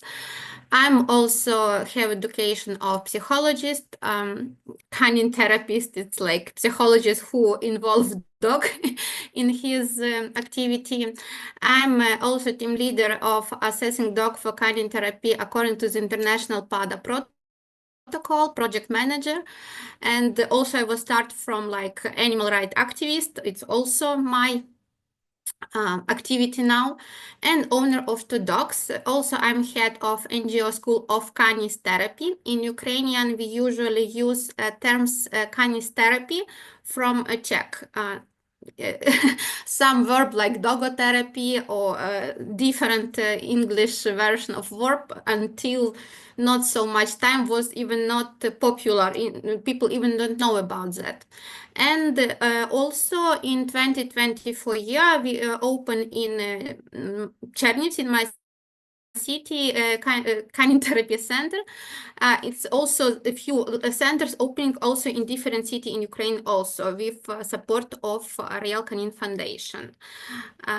It's my team who work with me. In our center, we working psychologists, working dog handlers, and rehabilitologists of physical life people. And also we firstly in Ukraine, thanks for that we have our building. We also can organize some physical rehabilitation involving dog in our building, and it's included in the patient medical route in Ukraine. I want a little tell you about story development of AI, as later when was changed terminology in Ukraine. We have in Ukraine until maybe 2014 years, there was no any information about dog-assisted services or dog-assisted intervention. Was involving horses and dolphins. It was called like some therapy, but not it was nothing about dog. What was like some terms like medical kinology, but there was no very popular. And in 2014 year, when Russia invasion of eastern Ukraine and annexion of Crimea, in Ukraine was started the first project of development animal assisted interventions was Canadian project, Friends for Heroes. Firstly, it was the preparation dogs, assisted dogs for veteran with different disease like PTSD and other. And later it was preparing 5 dogs, and was also training trainers, instructor for preparation dogs for this work, but it was not so effective as it can be with that knowledge what people receive. So it was start like development animal assisted intervention for help for emotional support veterans who was take participation in ATO, it was like called. And later, from 2018, was like for me the next step of development animal-assisted intervention in Ukraine. It was implementation two large-scale projects with the assistance of GIZ to train specialists in the field of animal-assisted intervention in the east and the Ukrainian-Belarus cross-border areas. It was trained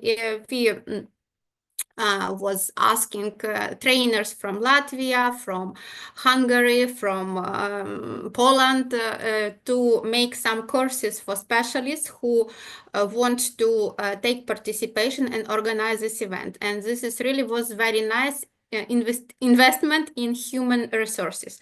Really, after that courses, a lot of people who was take participation in that project working until this time.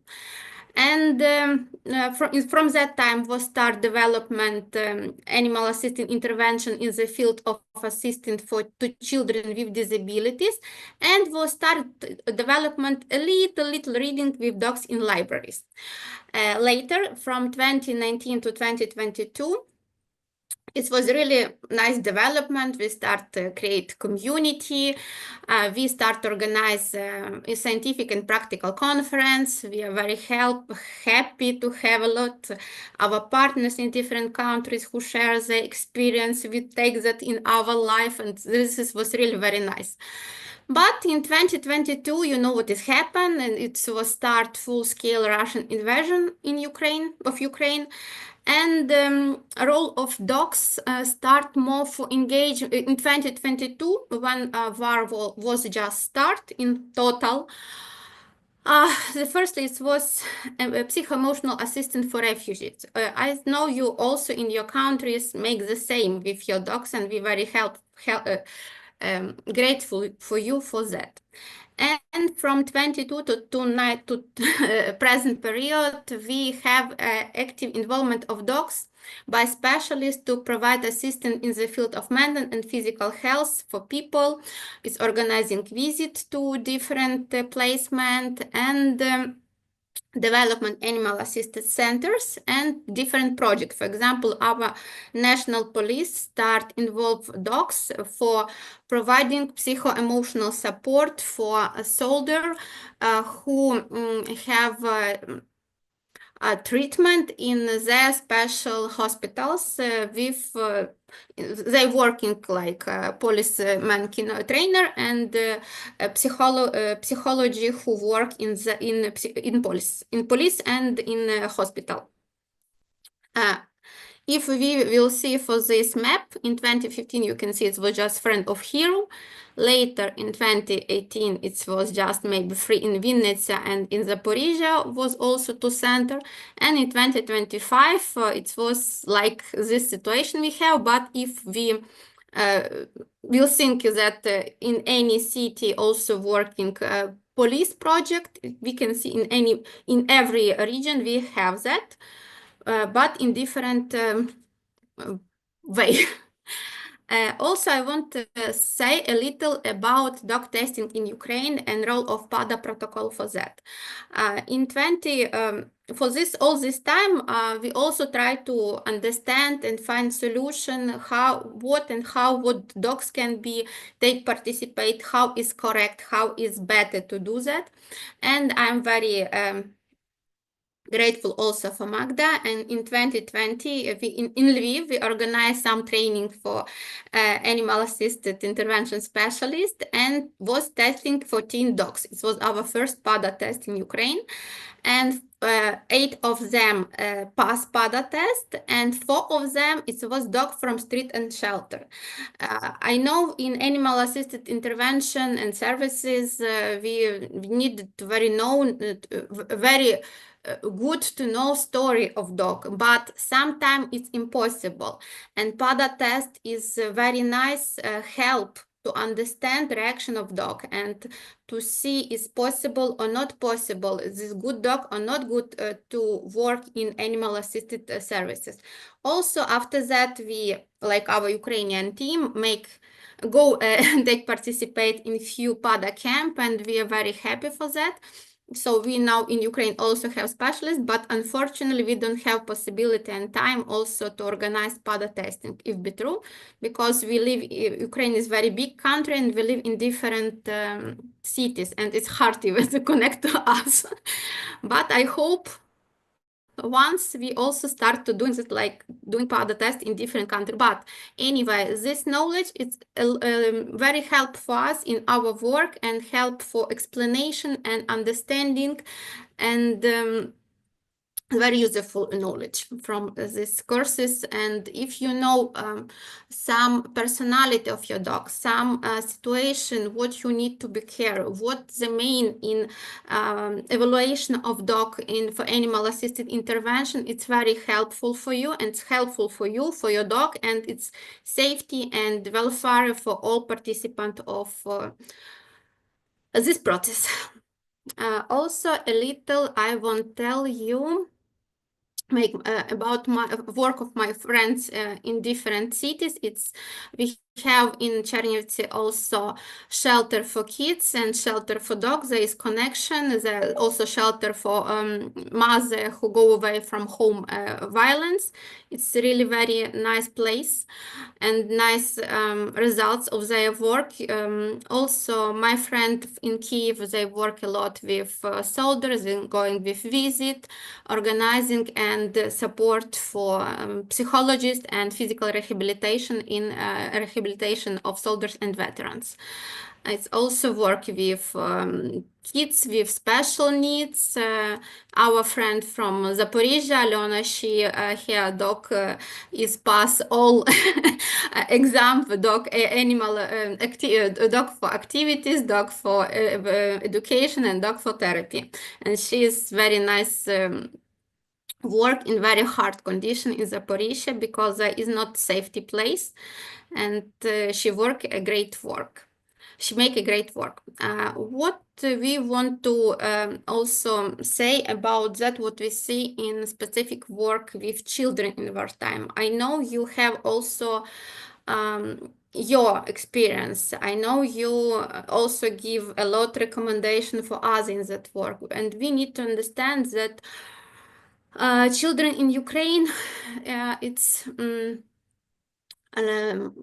they have like refugee kids and local kids. And for refugee kids and refugee person, for refugee kids in Ukraine, it's one situation. For refugee kids and refugee person in other country, they have like conservation of emotional level in that moment when they movement. So for that it's very hard. They have hard situation with adaptation, and also they have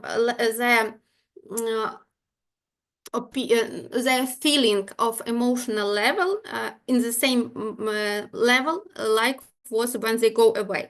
In Ukrainian, we more adaptive for that situation, what is happen in any time. It's for us, if be true, even more easy to be in this situation, like for people who go to other countries, even if they live in safety condition. But for our emotional level, it's more easy. And in Ukrainian, refugee kids, it's in country level and to other countries, I would say. And local kids have some like special, their level of anxiety more like for refugee kids. Because refugee kids go away from dangerous situation, but local kids, for example, my city is safety place near Armenian border, but level of anxiety, it was research in the local level was more bigger like for refugee kids. And usually specialists who work now with kids who involve dogs for their work, it's dealing with loss and anxiety, guilt about abandoned dog which they live in the place where they live. Usually it's development like reading with dogs, educational programs, visit to school, psychological support in individual and groups. And also programs of rehabilitation, physical health, and usually it's physical health and psychological, of course. When we speak about work with soldier, firstly I want remembering about the first VAR dog, the first therapy dog. It was dog Smokey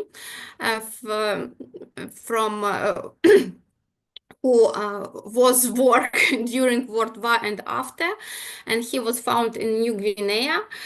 And I think a lot of you know about that, but for me, history is very have cycle, and now we can see the second cycle of development animal assisted services with dog for soldiers.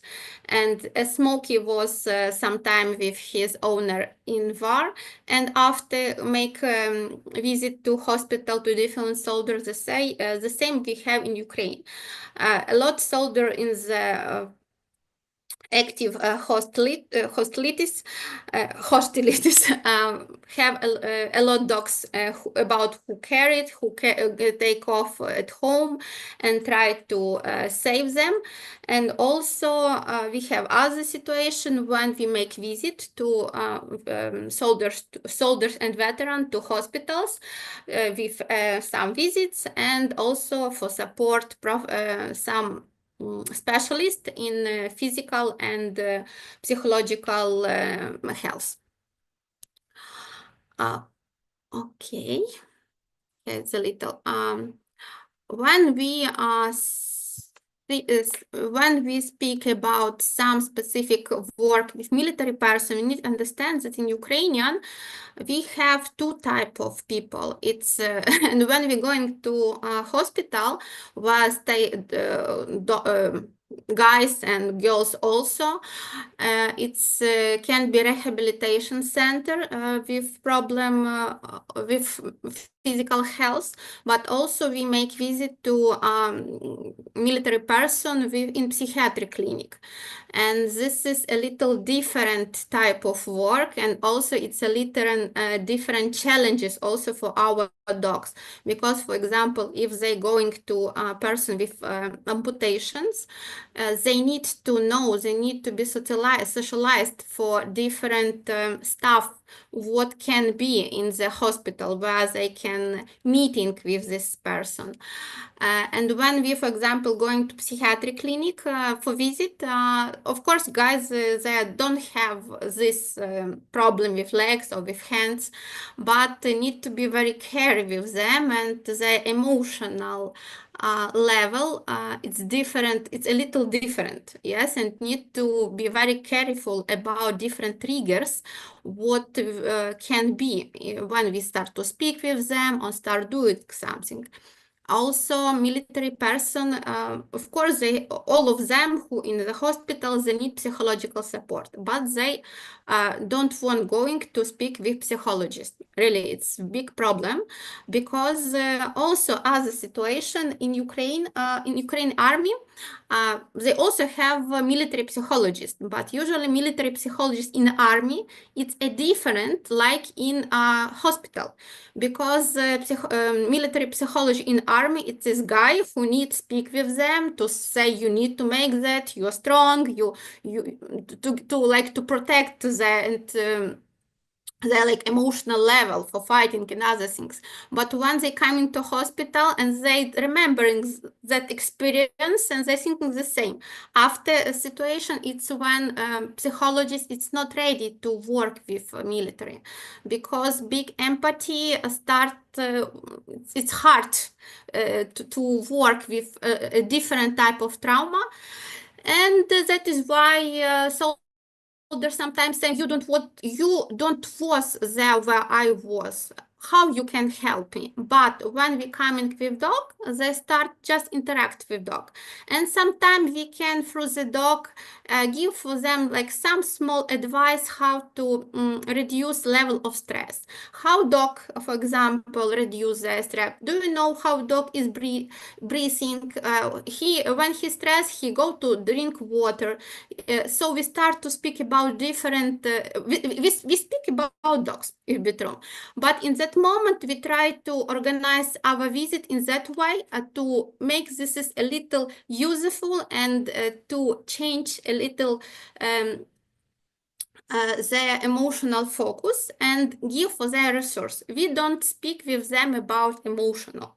We just speak with them about that what they want to speak. And usually they start to speak about dogs. And firstly, when we start coming to a hospital, we have idea that they will be speak with us about that dog which they was rescued from war, or with the dog who they was meeting at war. But usually when we make visit at hospital, they start speak with us about their home dog, about that time and period when they was happy to interact with own dog. And this is, I think, also very resourceable for them. That is why it is very neat to understand with work with military person. If we don't specialists who know and who have goal to speak about emotional, to adaptate veterans and other things, better just give a resource through the interaction. Also nice a way to organize interaction for soldier and dogs, it's through some small games like cognitive games, because when we use our cognitive function, our level of anxiety reduce. And if we organize a little funny games to calculate something, to remembering something, it's also helpful for reduce level of anxiety. And also what you need to understand when we work with military person, I was right here about inductive trauma, but as a needed thing, it's need to understand that person who was at the war, inside them, they have these rules of survival in combat. And when we organize our visit, we need to respect these rules. I make especially in red color that rules what we need to understand. Because, for example, safety first, when military person coming to us in some room, need to give for them sit in that place where they want. Because for them, safety is the first.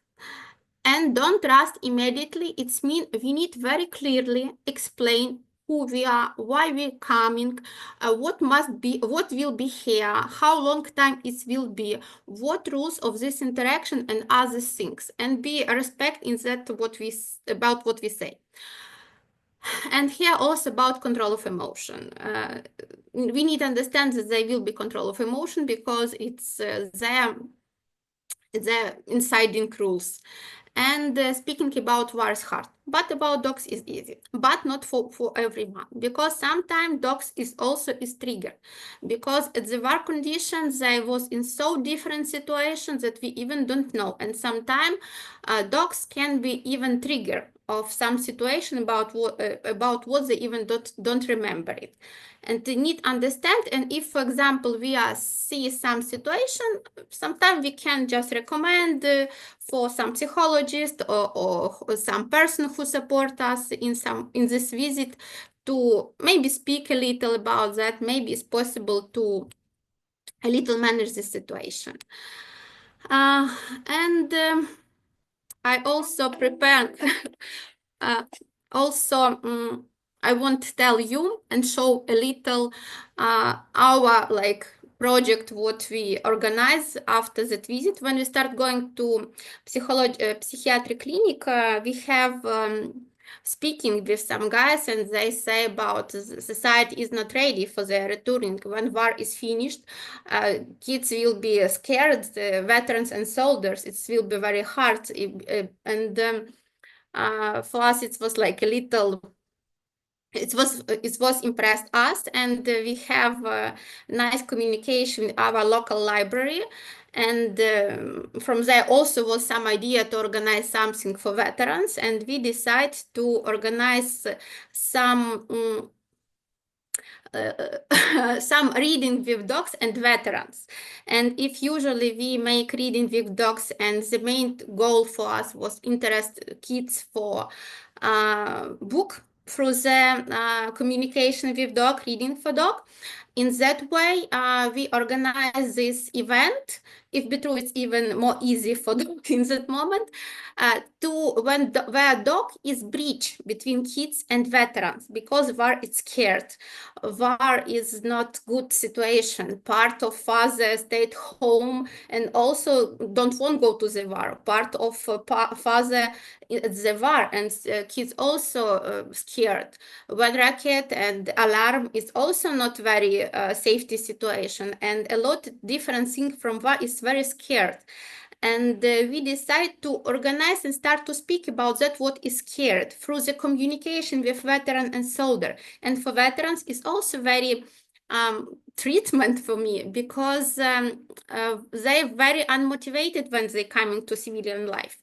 And when they start communicate with kids, when they start speak, they prepare even this activity together with us, they really very relaxing, they have motivation. And I preparing for you small this video from our last visit, what we're doing in library.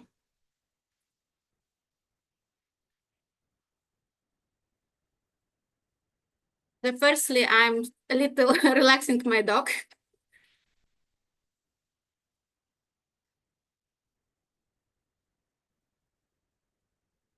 After that sharing.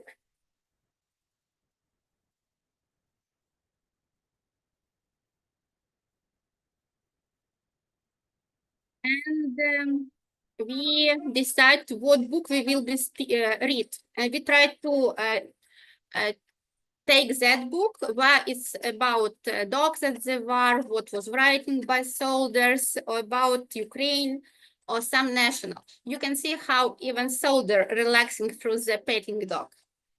Alisa decide what book she want to read.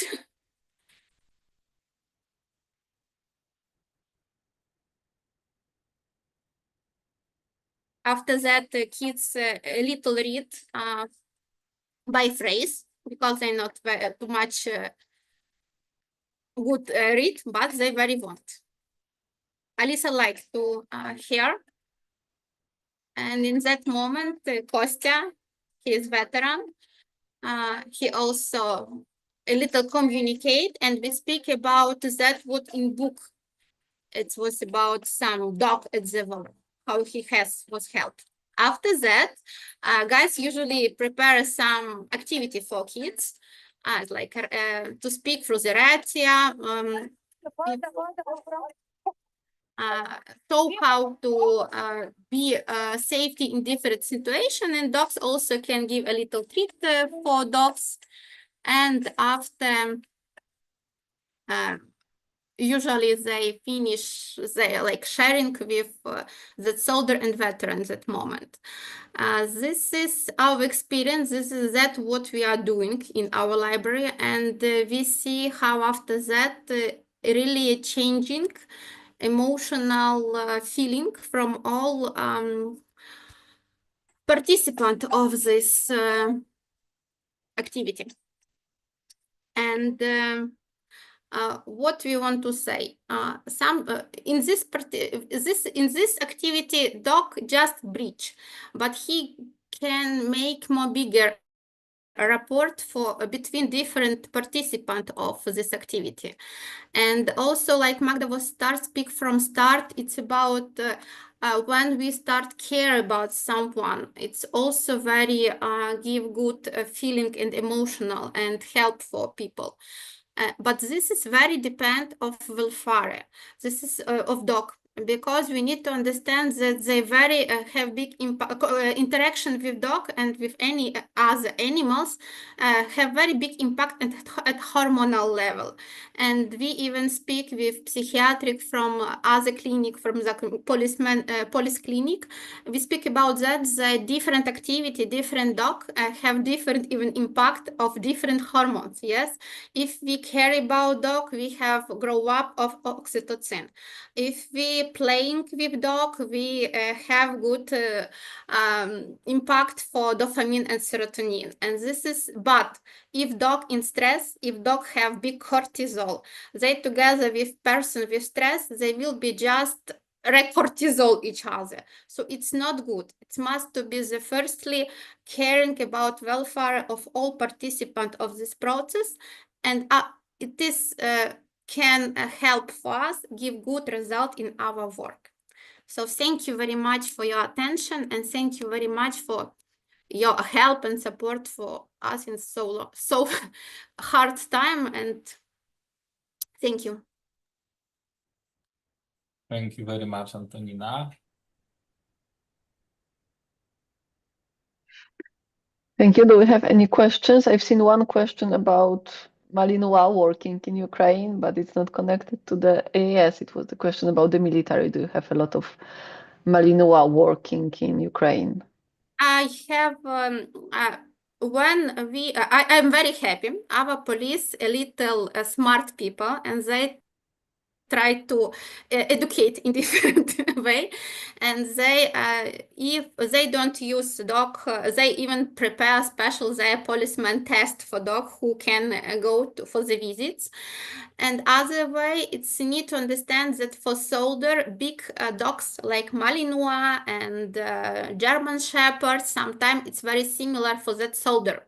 And sometimes it's work if they have good personality quality, it's possible to use them. But usually it's small visit, and it's without contact visit. Sometimes it's just policeman trainer shows their work with that, and the policeman psychologist organize these activities. But it's only for that guys and that military person who in policeman and military hospitals.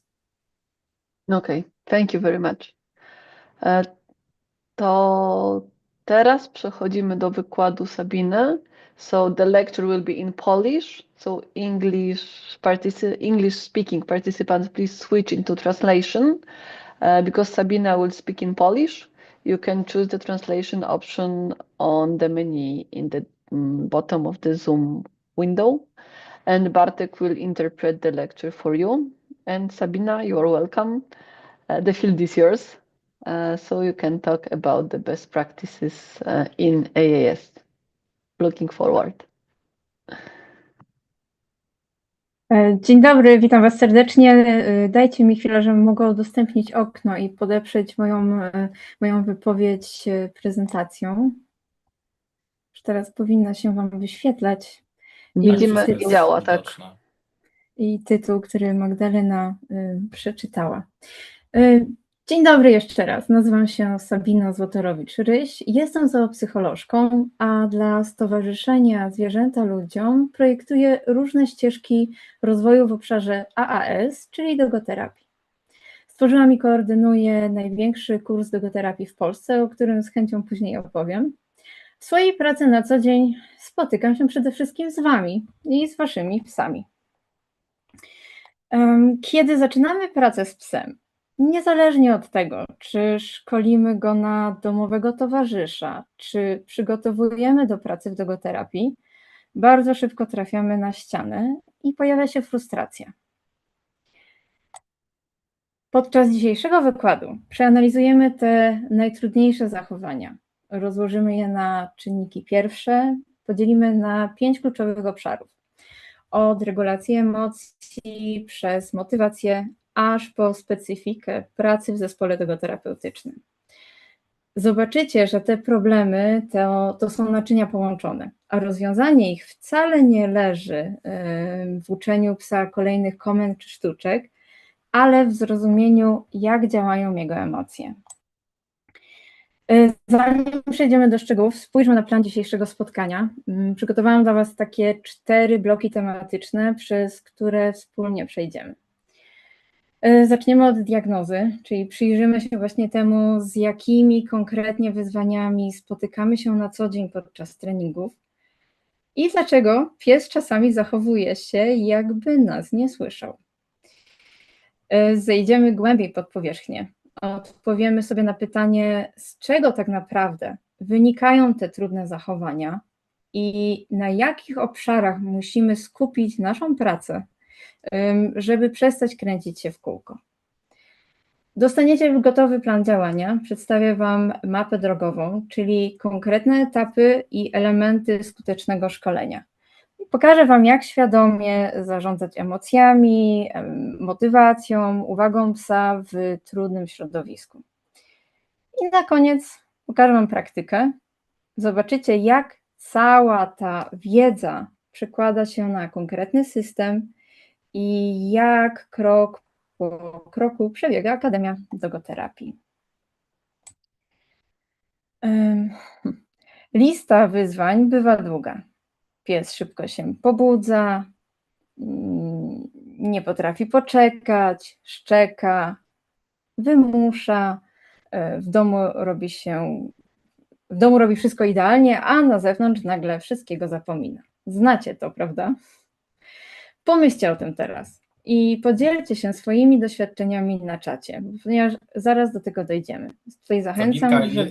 jedna prośba, jakbyś kliknęła ukryj, ponieważ przysłania to część prezentacji i napisy tłumaczeniowe.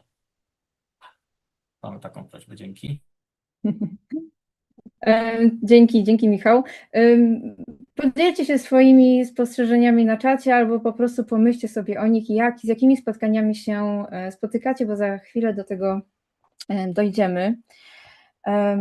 A bardzo często w takich frustrujących momentach w naszych głowach pojawia się diagnoza. Ten pies jest złośliwy, on nie robi tego specjalnie, nie słucha mnie, albo bardziej dramatycznie, on się tego nigdy nie nauczy. Jako behawiorystka chcę Wam dzisiaj zaproponować zmianę tej perspektywy, żebyśmy przestali patrzeć na te zachowania jak na zbiór takich złośliwości czy porażek treningowych, a zamiast tego spójrzmy na nie jak na genialny, niezwykle precyzyjny zestaw sygnałów diagnostycznych, z którymi naprawdę da się wiele zrobić. Tak, wróćmy do pytania. Z jakimi wyzwaniami spotykam się podczas treningu z psem? I teraz spójrzmy na listę. W swojej praktyce miałam okazję zadać to pytanie tysiące razy. Na podstawie różnych odpowiedzi i doświadczeń treningowych z przeróżnymi psami, z przeróżnymi zespołami. Jak mówię zespół, mam na myśli człowiek i pies. Miałam okazję spotkać się z różnymi odpowiedziami i stworzyłam dla Was taką listę najczęściej udzielanych odpowiedzi, czy najczęściej pojawiających się problemów w treningu. Większość problemów, z którymi mierzymy się na co dzień, czy w pracy w dogoterapii, czy podczas kursu, czy na sali treningowej, to nic innego jak klasyczne objawy zakłóceń na łączach komunikacyjnych. I temu na pewno poświęcimy chwilę. Natomiast to często również jest jasny komunikat. Układ nerwowy tego psa jest po prostu przeciążony. Pies nie robi tego przeciwko nam. On robi to, bo w danym momencie nie ma narzędzi, by poradzić sobie z emocjami, z otoczeniem czy z naszymi wymaganiami. W kontekście dogoterapii, gdzie stabilność, przewidywalność i bezpieczeństwo są takim absolutnym fundamentem, zrozumienie tych sygnałów to kluczowa sprawa. Bo jeśli nie nauczymy się ich prawidłowo czytać i kategoryzować, nie będziemy w stanie pomóc ani zwierzęciu, ani w przyszłości naszym pacjentom. I niech nam pozostanie i zadba o naszą Waszą uwagę, aby zobaczyć, co możemy z tym zrobić. I tak jak powiedziałam, te różne sytuacje, sygnały, komunikaty można skategoryzować, czy podzielić na takich 5 kategorii. I tak jak widzicie na ekranie, jest to przede wszystkim regulacja emocji, jest to motywacja i system nagradzania. Za chwilę o tym bardziej szczegółowo powiem. Teraz na razie uwypuklmy sobie te 5 kategorii.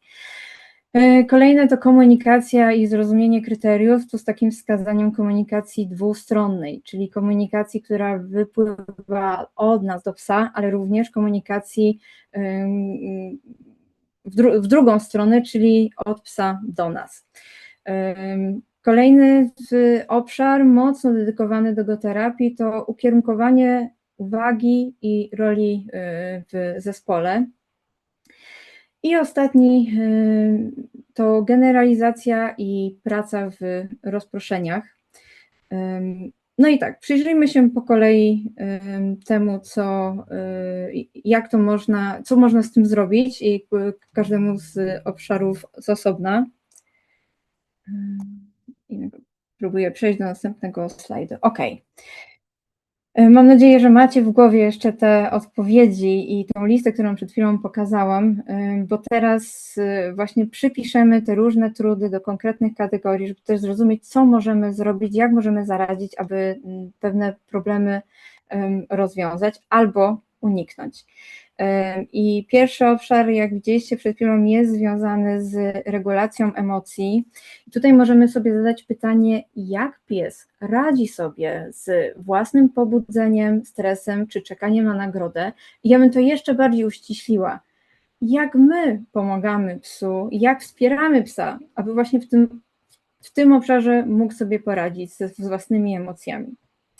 I to, co może Wam pomóc, to spojrzenie na to, że w ogóle możemy wspierać to, czy zarządzać emocjami psa.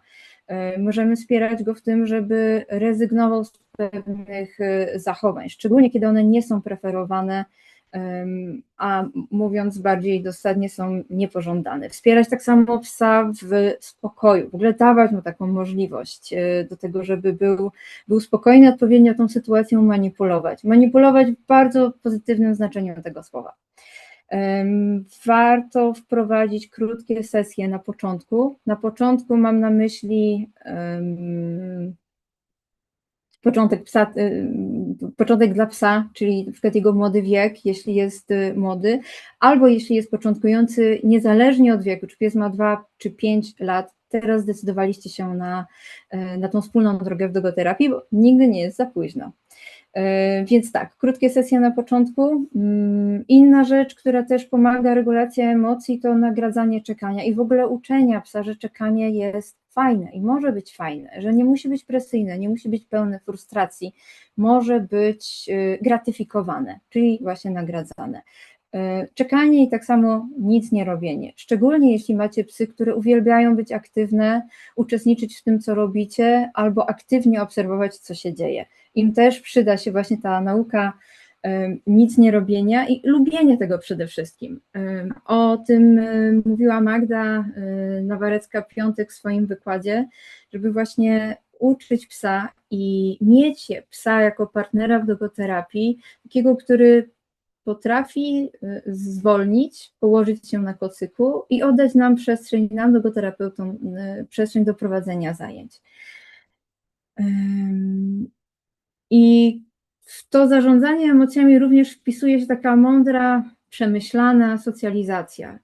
I czy wprowadzamy młodego psa w nowe sytuacje, czy psa starszego, róbmy to stopniowo i etapami i zawsze zwracajmy uwagę na to, w jakich emocjach pies przyjmuje te nowe rzeczy i się ich uczy, bo tak jak już wiecie z dzisiejszych wykładów, wraz z nauką danego zachowania w parze idzie nauka emocji, więc tu warto postawić na to, aby pies w taki zrównoważony sposób doświadczał czy uczył się nowych rzeczy, nowych pomieszczeń.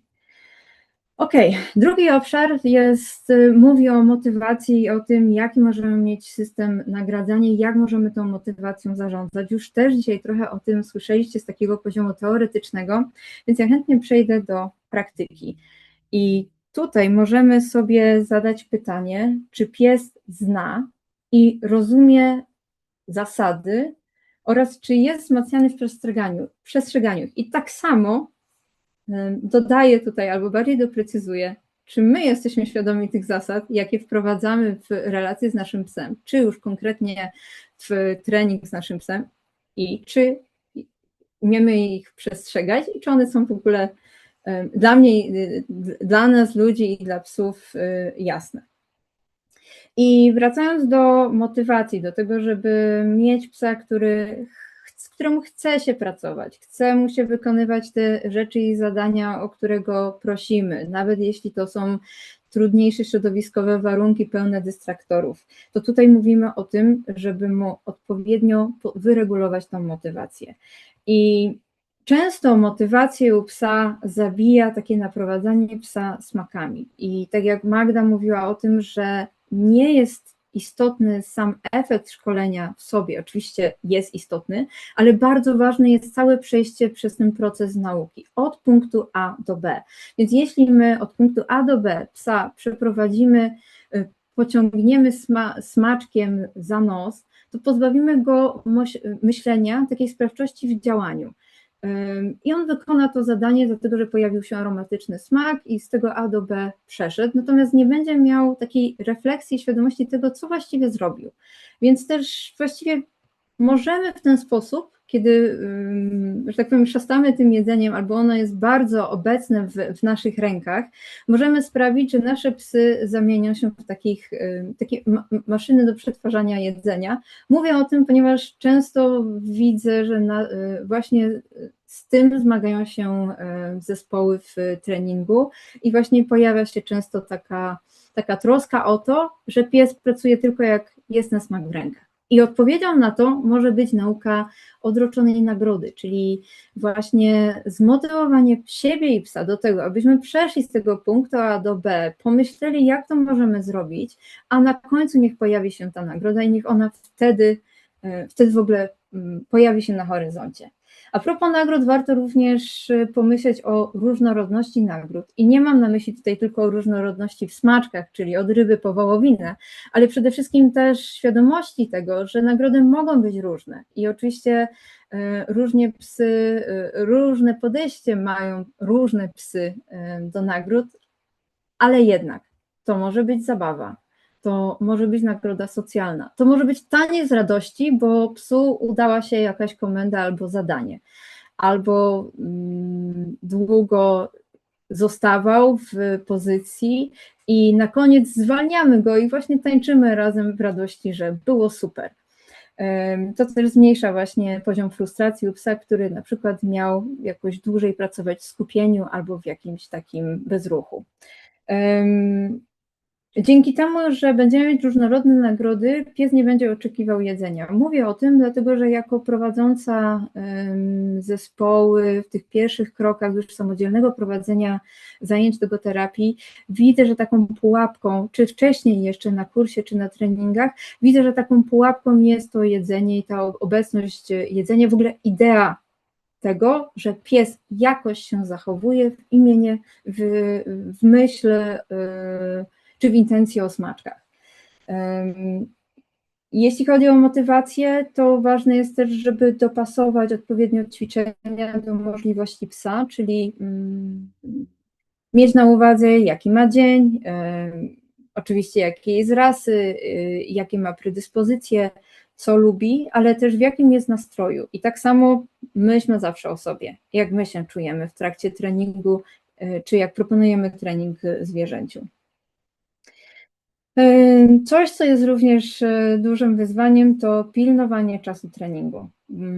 I jak mamy fajną zajawkę, idzie świetnie trening i pies jest wkręcony i my również, to możemy przekroczyć ten optymalny czas i pójść już w tym kierunku, że ostatnie powtórzenia, ostatnie ćwiczenia są wykonywane już na zmęczeniu, a przez to mniej precyzyjnie, albo już bez takiego zaangażowania jak wcześniej. To również ma wpływ na motywację, bo daje później na koniec obraz takiemu psu, że było zbyt intensywnie albo zbyt wyczerpująco. Fajnie jakby trening, co myślę, że słyszeliście już wielokrotnie, fajnie jakby trening kończył się takim niedosytem i tym najlepszym wykonem w najlepszym momencie. Jeszcze jedna rzecz, która jest istotna do motywacji, to czy macie świadomość tego, albo inaczej, czy zdarza Wam się czasem, że nagradzacie psa za to, że zrobił coś innego niż chcieliście, ale w myśl, no dobra, to dam Ci tego smaka, chociaż miałeś siedzieć, a się położyłeś. Dlaczego warto tego unikać? Ponieważ wtedy pies dostaje od nas informację zwrotną, że mówię jedno, właściwie można zrobić drugie i za to również jest nagroda.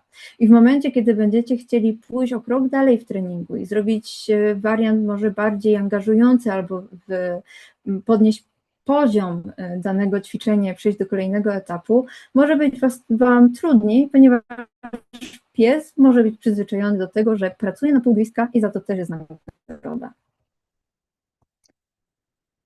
Kolejna rzecz to komunikacja i zrozumienie kryteriów i tak jak mówiłam, komunikacja dwustronna i tutaj warto sobie zadać pytanie, na ile nasz język jest jasny dla psa i w ogóle na ile proces szkoleniowy jest jasny i dla nas, i dla psa. W szkoleniu bardzo pomaga jasny, sprecyzowany sygnał nagrody, czy ta zapowiedź nagrody, tak zwany marker, czy to jest kliker, czy to jest jakiś specyficzny dźwięk.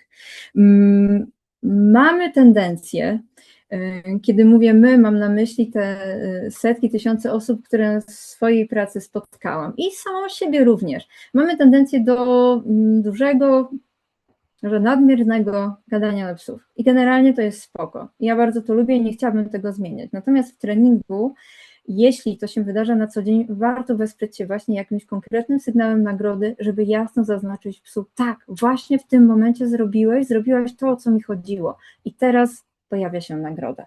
Ale zanim nagroda, wcześniej jakiś sygnał, który wypływa od nas. To, co czasem zaburza komunikację, to taka niespójność w tym, co mówimy i co robimy. Przez to, że jesteśmy gatunkiem bardziej mówiącym, a mniej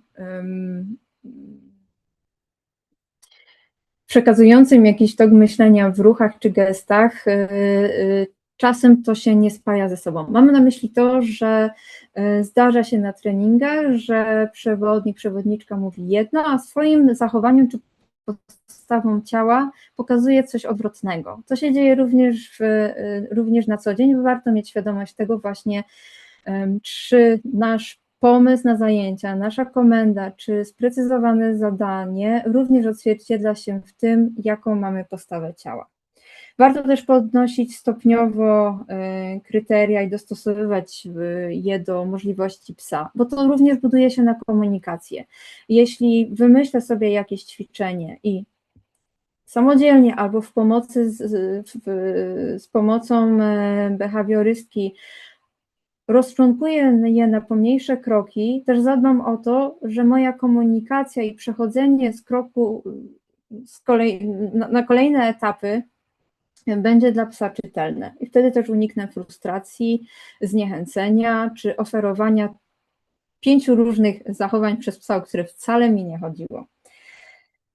Zanim przejdziemy dalej, warto się nie śpieszyć i upewnić się, że zachowanie, na którym teraz pracowaliście, jest w 100% utrwalone. I rozumiem to, że mamy my ludzkość, posiadacze psów, taką potrzebę i chęć do tego, żeby osiągnąć dany cel, szczególnie jak jesteśmy zainspirowani jakąś rolką instagramową z super wyczynami jakiegoś psa, to chcemy przejść do konkretu, bo chcemy nagrodzić się rezultatem. I tutaj często wpadamy w taką pułapkę, gdzie za szybko przechodzimy do drugiego etapu, a w pierwszym etapie pies jeszcze dobrze nie utrwalił danego zachowania czy ćwiczenia.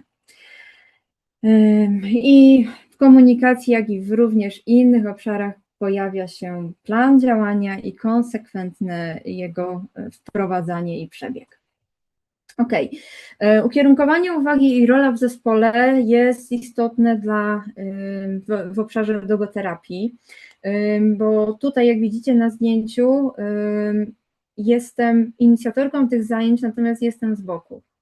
Pozwalam na to, aby Holka, owczarek australijski, zbudowała relację z dziewczynką. I tutaj tworzę sytuację, w której dziewczynka wydaje psu komendę, a ja tam jestem tylko po to, żeby im towarzyszyć, a cała uwaga psa jest teraz poświęcona tej dziewczynce. I to jest piękny początek budowania relacji między psem a pacjentem.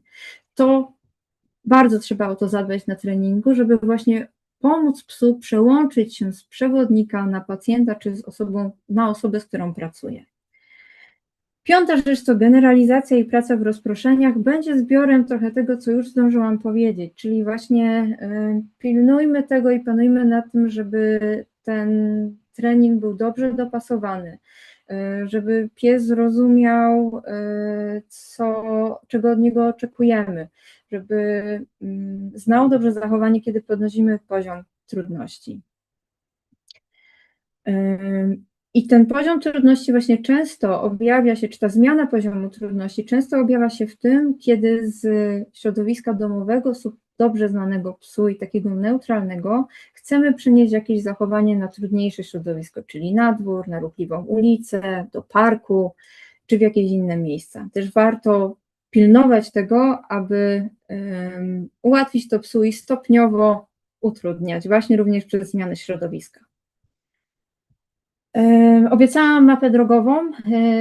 To będzie takim trochę podsumowaniem tego, co powiedziałam, tylko trochę w innym wymiarze, bo chciałabym, żebyśmy właśnie trochę zmienili optykę i patrzenie na to, jak możemy zadbać o dobry trening i czy patrzymy razem z psem w lewo czy w prawo.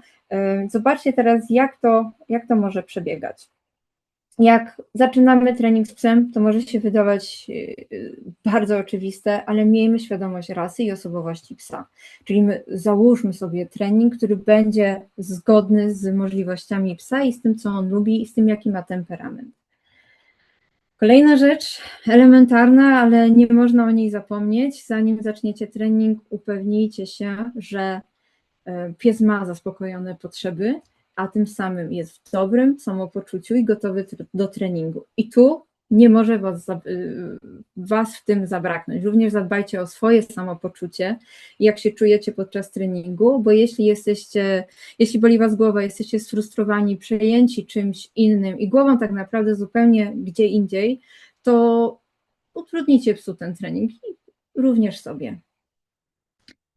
Istotny jest czas, kiedy proponujecie psu trening, właśnie w oparciu o to, jak on się czuje, jakie miał wcześniej aktywności, bo trening po weekendowym wyjeździe w góry może być dla psa wyzwaniem. Kolejne, już o tym mówiłam, miejsce treningu. Inne miejsce z większą ilością dystraktorów może być większym wyzwaniem, więc to też trzeba mieć na uwadze.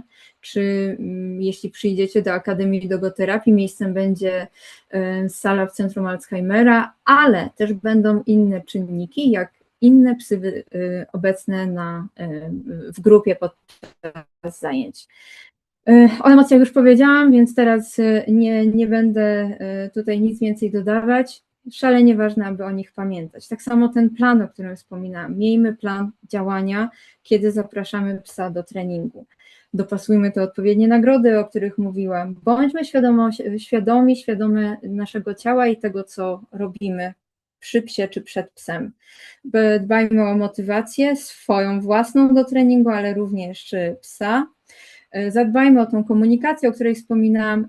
Tego nie było, a myślę, że jest bardzo ważne, bądźmy elastyczni. Właśnie uwzględniając te wszystkie elementy, które teraz widzicie na slajdzie, no tutaj nie może zabraknąć elastyczności, bo żeby to wszystko razem ze sobą grało i było taką płynną drogą, musi być uelastycznione naszym podejściem. Czas trwania treningu, to o tym już też wyczerpująco powiedziałam, nie zapominajcie o tym, podpowiem moje prywatne rozwiązanie, bo z tym do dziś nie umiem się uporać. Nastawiam sobie minutnik, więc mam taki rygor czasowy. Warunki, w jakich prowadzicie szkolenie czy pracę psa i ostatnie, niech ten trening zakończy się sukcesem. Niekoniecznie od razu spektakularnym sukcesem, ale zadowoleniem was i waszego psa. To samo możecie zobaczyć w formie takiej checklisty i ta lista będzie na pewno zamieszczona pod moim wykładem po opublikowaniu konferencji. Tutaj to, co do tej pory powiedziałam, podzieliłam to jeszcze na 5 takich filarów, czyli jest to właśnie przygotowanie i baza, czyli ten stan wyjściowy, logistyka, czyli właśnie jak zarządzacie środowiskiem, te emocje i napęd, czyli jaki jest ten wasz wewnętrzny silnik i jak tutaj działa motywacja. Warsztat treningowy, czyli jak właśnie rozwijacie swoją komunikację z psem i całe takie strategiczne zarządzanie sesją. Pilnuję czasu, a jest go za mało, aby powiedzieć o tych wszystkich ważnych rzeczach i o szkoleniu psa w tak krótkim czasie, więc na końcu chciałabym Wam zajawić Akademię Dogoterapii też z takim pytaniem do gospodarzy, do prowadzących, czy możemy, i do Was oczywiście również, czy możemy chwilę dłużej poświęcić czasu na ten temat, z uwagi na to, że została nam ostatnia minuta, a w minutę nie da się powiedzieć o najlepszym kursie dogoterapii. Także widzę kciuki, zapraszam te osoby, które mają chęć i mają jeszcze czas do dalszego posłuchania, a to, co przed nami, to Akademia Dogoterapii, czyli takie przełożenie tego, co było do tej pory powiedziane przez moich przedmówców, tego, co powiedziałam sama i właśnie doprowadzenie do takiego konkretu. Co zrobić z tą mapą drogową i z tym planem.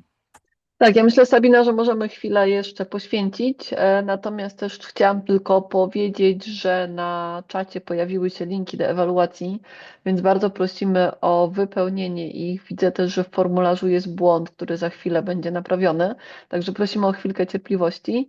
I co? I oddaję Ci głos z powrotem, żebyś opowiedziała o Akademii i o tym, jak można się dalej szkolić i rozwiązywać psioludzkie komunikacyjne trudności. Tak, i tutaj też dopowiem, że rozumiem Magdę, która mówi o wypełnieniu ewaluacji, bo jest to dla nas bardzo ważne, a jeśli część z Was idzie już w kierunku obiadu, to zostawcie parę słów o tym, jak oceniacie tą konferencję, bo to na pewno nie jest pierwsza i na pewno nie jest ostatnia i chcemy tą przestrzeń wspólnej wymiany myśli i doświadczeń stworzyć tak, aby ona była szyta też na Wasze potrzeby, więc korzystajcie z linka, a jednocześnie słuchajcie, gdzie ja będę mówiła dalej o Akademii Dogoterapii.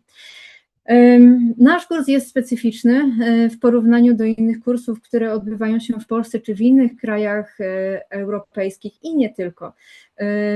I jeśli chodzi o nasze lokalne warunki, a konkretnie polski rynek, jesteśmy kursem jedynym, który przed rozpoczęciem zaprasza do testów PADA, o których wspominała Magda Nawarecka wcześniej.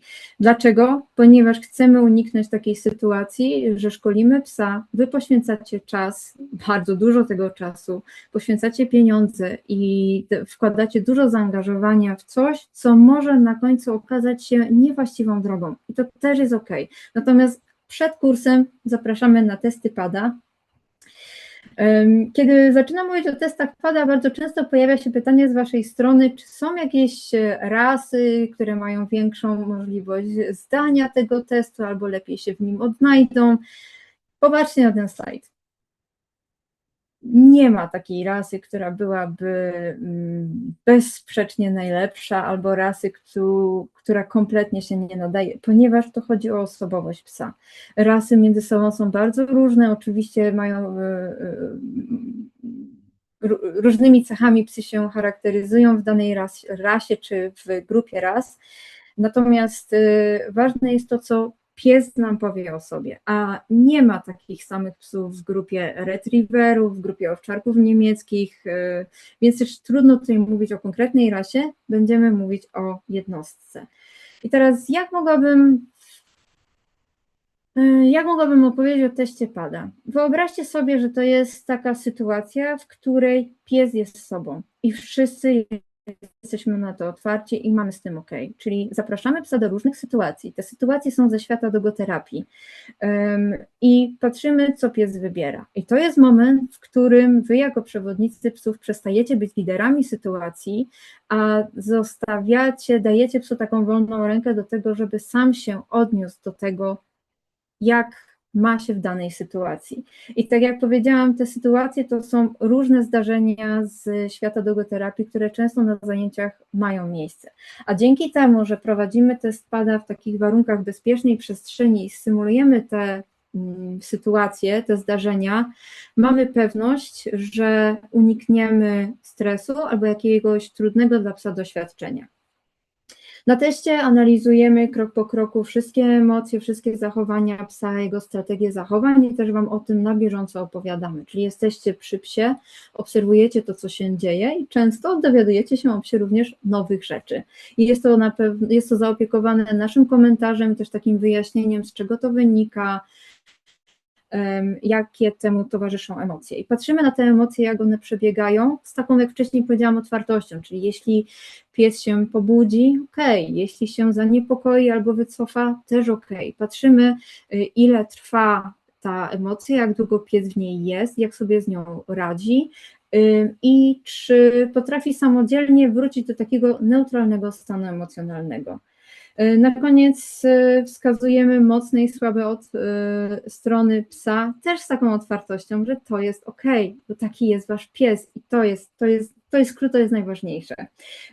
I na podstawie tego proponujemy plan rozwoju i jeśli widzimy predyspozycję psa i potwierdzamy, że pies jest gotowy do pracy w dogoterapii, wtedy rozmawiamy o Akademii Dogoterapii, a jeśli widzimy, że to nie jest dobry obszar, dogoterapia to nie jest dobry obszar dla psa, to dajemy Wam rzetelny plan rozwoju i wskazówki, co możecie robić innego. Jeśli jesteście zainteresowani spotkaniem z nami i przedstawieniem nam swoich psów, to skorzystajcie z QR-kodu. Michał również opublikuje na czacie link do testów PADA, gdzie zobaczycie, poznacie więcej szczegółów testu oraz najbliższe terminy, czyli testy PADA zawsze odbywają się w weekendy, widzimy się w sobotę lub w niedzielę i jest to ostatni weekend sierpnia albo pierwszy weekend września. Także już po wakacjach możemy się spotkać i zastanowić się wspólnie, czy dogoterapia to jest dobry obszar dla Waszych psów. I co dalej? Bo powiedziałam o tym, że test PADA jest pierwszym krokiem do dogoterapii i wtedy decydujemy się, czy Akademia Dogoterapii jest dla Was dobra. I jeśli wynik jest wskazującym na to, że warto iść w tym kierunku, przyjmujemy Was na Akademię. Do testów PADA mogą podejść najmłodsze psy, które mogą podejść i to rekomendujemy, to psy, które mają rok. To jest taka wersja test PADA Junior z uwzględnieniem tego, że pies jeszcze nie ma w pełni wykształtowanej osobowości i przechodzi przez różne fazy rozwojowe, więc tego psa oceniamy na tu i teraz ze wskazaniem tego, czy ma predyspozycję i czy jest zielone światło, aby szkolił się dalej i dorastał i przygotowywał do dogoterapii. Druga opcja to jest przyjście z psem dorosłym, czyli takim, który skończył 2. rok życia i tutaj nie ma limitu wiekowego, jeśli chodzi o to, jaki pies jest najstarszy, bo jak wiecie, w rasach psy mają różną żywotność, a najważniejsze jest, żeby pies się dobrze czuł, był zdrowy, był wolny od bólu i był chętny do podejmowania różnych działań i zmotywowany. Więc dzieje się Akademia. Na Akademię przyjmujemy psy, które mają rok lub są starsze oraz przyjmujemy psy, które mają podstawowe posłuszeństwo. Po to, żeby móc budować na tym, co już macie, na tym fundamencie bardziej specjalistyczne szkolenia. I jeśli przychodzą do nas młodsze psy, to czekają do ukończenia 2. roku życia, aby zdać test PADA, kiedy właśnie pies już jest dojrzały i dorosły. I wtedy podchodzą do certyfikacji. Dorosłe psy, które przyjdą na test PADA, a później do Akademii, do certyfikacji mogą przejść od razu po kursie. W takim skrócie teraz opowiem, bo o tym mogłabym mówić długo, więc sama muszę się zdyscyplinować. Akademia Dogoterapii jest taką hybrydą teorii online, którą realizujecie we własnym zakresie i połączenie zajęć stacjonarnych i z mocnym naciskiem na praktykę z psami. Wygląda to w ten sposób, że pierwsze 6 tygodni spędzacie na platformie online, gdzie macie 85 lekcji do zrealizowania. I myślę, że kurs, o którym mówimy dzisiaj, który w ramach tego projektu jest dostępny od dzisiaj, od teraz nieodpłatnie, może być taką zapowiedzią tego, jak kurs Akademia Dogoterapii wygląda w większym wymiarze, w bardziej rozwiniętej formie. Poza teorią 6-tygodniową jest również 6 spotkań, gdzie spotykamy się w formie warsztatowej, również online, po to, żeby przełożyć tą praktykę, a raczej tą teorię właśnie na praktykę i ugruntować to w takich konkretnych działaniach, umiejętnościach psa naszych zespołu terapeutycznego. Druga część to kolejne 8 tygodni, tylko właśnie już w formule bardziej praktycznej. Spotykamy się dwukrotnie na 2 zjazdach. Zjazdy są w Warszawie i tak jak wspominałam wcześniej w centrum Alzheimera, więc też od początku szkolicie się z psem w warunkach przyszłej pracy dogoterapii. Wykorzystujemy te różne warunki środowiskowe placówki. Spotykamy się 2 razy i każde spotkanie trwa 3 dni. Jest to sobota, niedziela i piątek albo poniedziałek, czyli przedłużony weekend. Możecie zobaczyć, jak wygląda praktyka. Te zajęcia są bardzo różnorodne w dużych salach, gdzie w kameralnych grupach 5-psiowych ćwiczymy i pracujemy. Pracujemy cały dzień, oczywiście z przerwami i w tych ćwiczeniach nie brakuje również nauki odpoczynku, zarządzania energią psa i nic nie robienia. Dużo Wam powiedziałam i ostatnie 9 minut próbowałam zrobić w formie skondensowanej, żeby Was nie odciągać od innych planów, które macie dzisiaj w ciągu dnia. Przypuszczam, że możecie mieć pytania, więc skorzystajcie z tego kodu QR i tak samo teraz na czacie pojawi się link do Calendly, do aplikacji, gdzie możecie umówić się ze mną na bezpłatną konsultację. Zobaczcie, jakie są wolne terminy. I to może być przestrzeń, to spotkanie, ta bezpłatna konsultacja może być takim momentem, gdzie porozmawiamy bardziej konkretnie o teście PADA albo o Akademii Dogoterapii. Także zachęcam Was bardzo serdecznie do umówienia się ze mną i porozmawiania może w większych szczegółach albo bardziej konkretnie o tym, jak Wy widzicie swój udział w testach PADA i przede wszystkim udział Waszych psów i w Akademii Dogoterapii. Z tym slajdem żegnam się z Wami. Bardzo dziękuję za uwagę i również dziękuję za to, że zostaliście ze mną odrobinę dłużej i oddaję głos gospodarzom konferencji. Oddaję głos do studia. Tak, dziękujemy bardzo za uwagę, za to, że byliście z nami na konferencji i mam nadzieję, że to było wartościowe wydarzenie.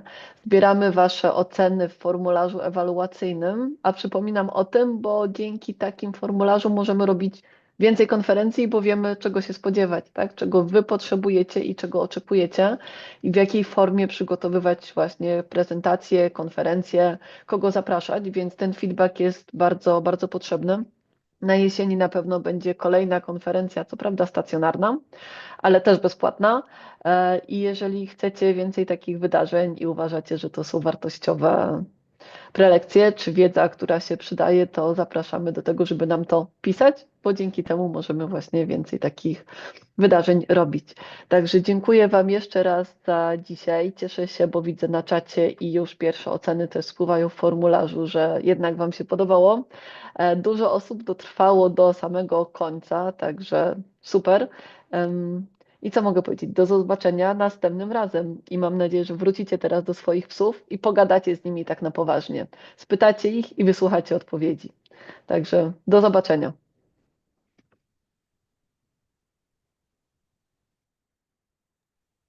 Dziękujemy serdecznie i jeszcze chwila, wkleję jeszcze raz linki, jeżeli ktoś wcześniej nie kliknął a propos Calendly, PADY i Akademii, więc to jest ostatnia szansa. I jeszcze za chwilę wkleję link do formularza z oceną, jeżeli też ktoś wcześniej nie kliknął. Także dajemy sobie takie ostatnie 2 minutki. Też można jeszcze tutaj napisać nam coś miłego. Ten czat zostanie zapisany. Też patrzyłem na odpowiedzi. Bardzo serdecznie dziękujemy. Jest dużo zgłoszeń tematycznych, czego oczekujecie na przyszłych spotkaniach. To, tak jak Magda mówiła, zawsze nam się przydaje i pozwala ułożyć lepiej pod oczekiwania program merytoryczny. Michale, ja tutaj dopowiem, odpowiadając na pytanie pani Kory, link do kursu już jest, pojawiły się właśnie przed chwilą linki i szczegóły Akademii, zapraszam do zapoznania się i mam nadzieję do zobaczenia na testach PADA w sierpniu lub wrześniu i na Akademii, która rozpocznie się w połowie października.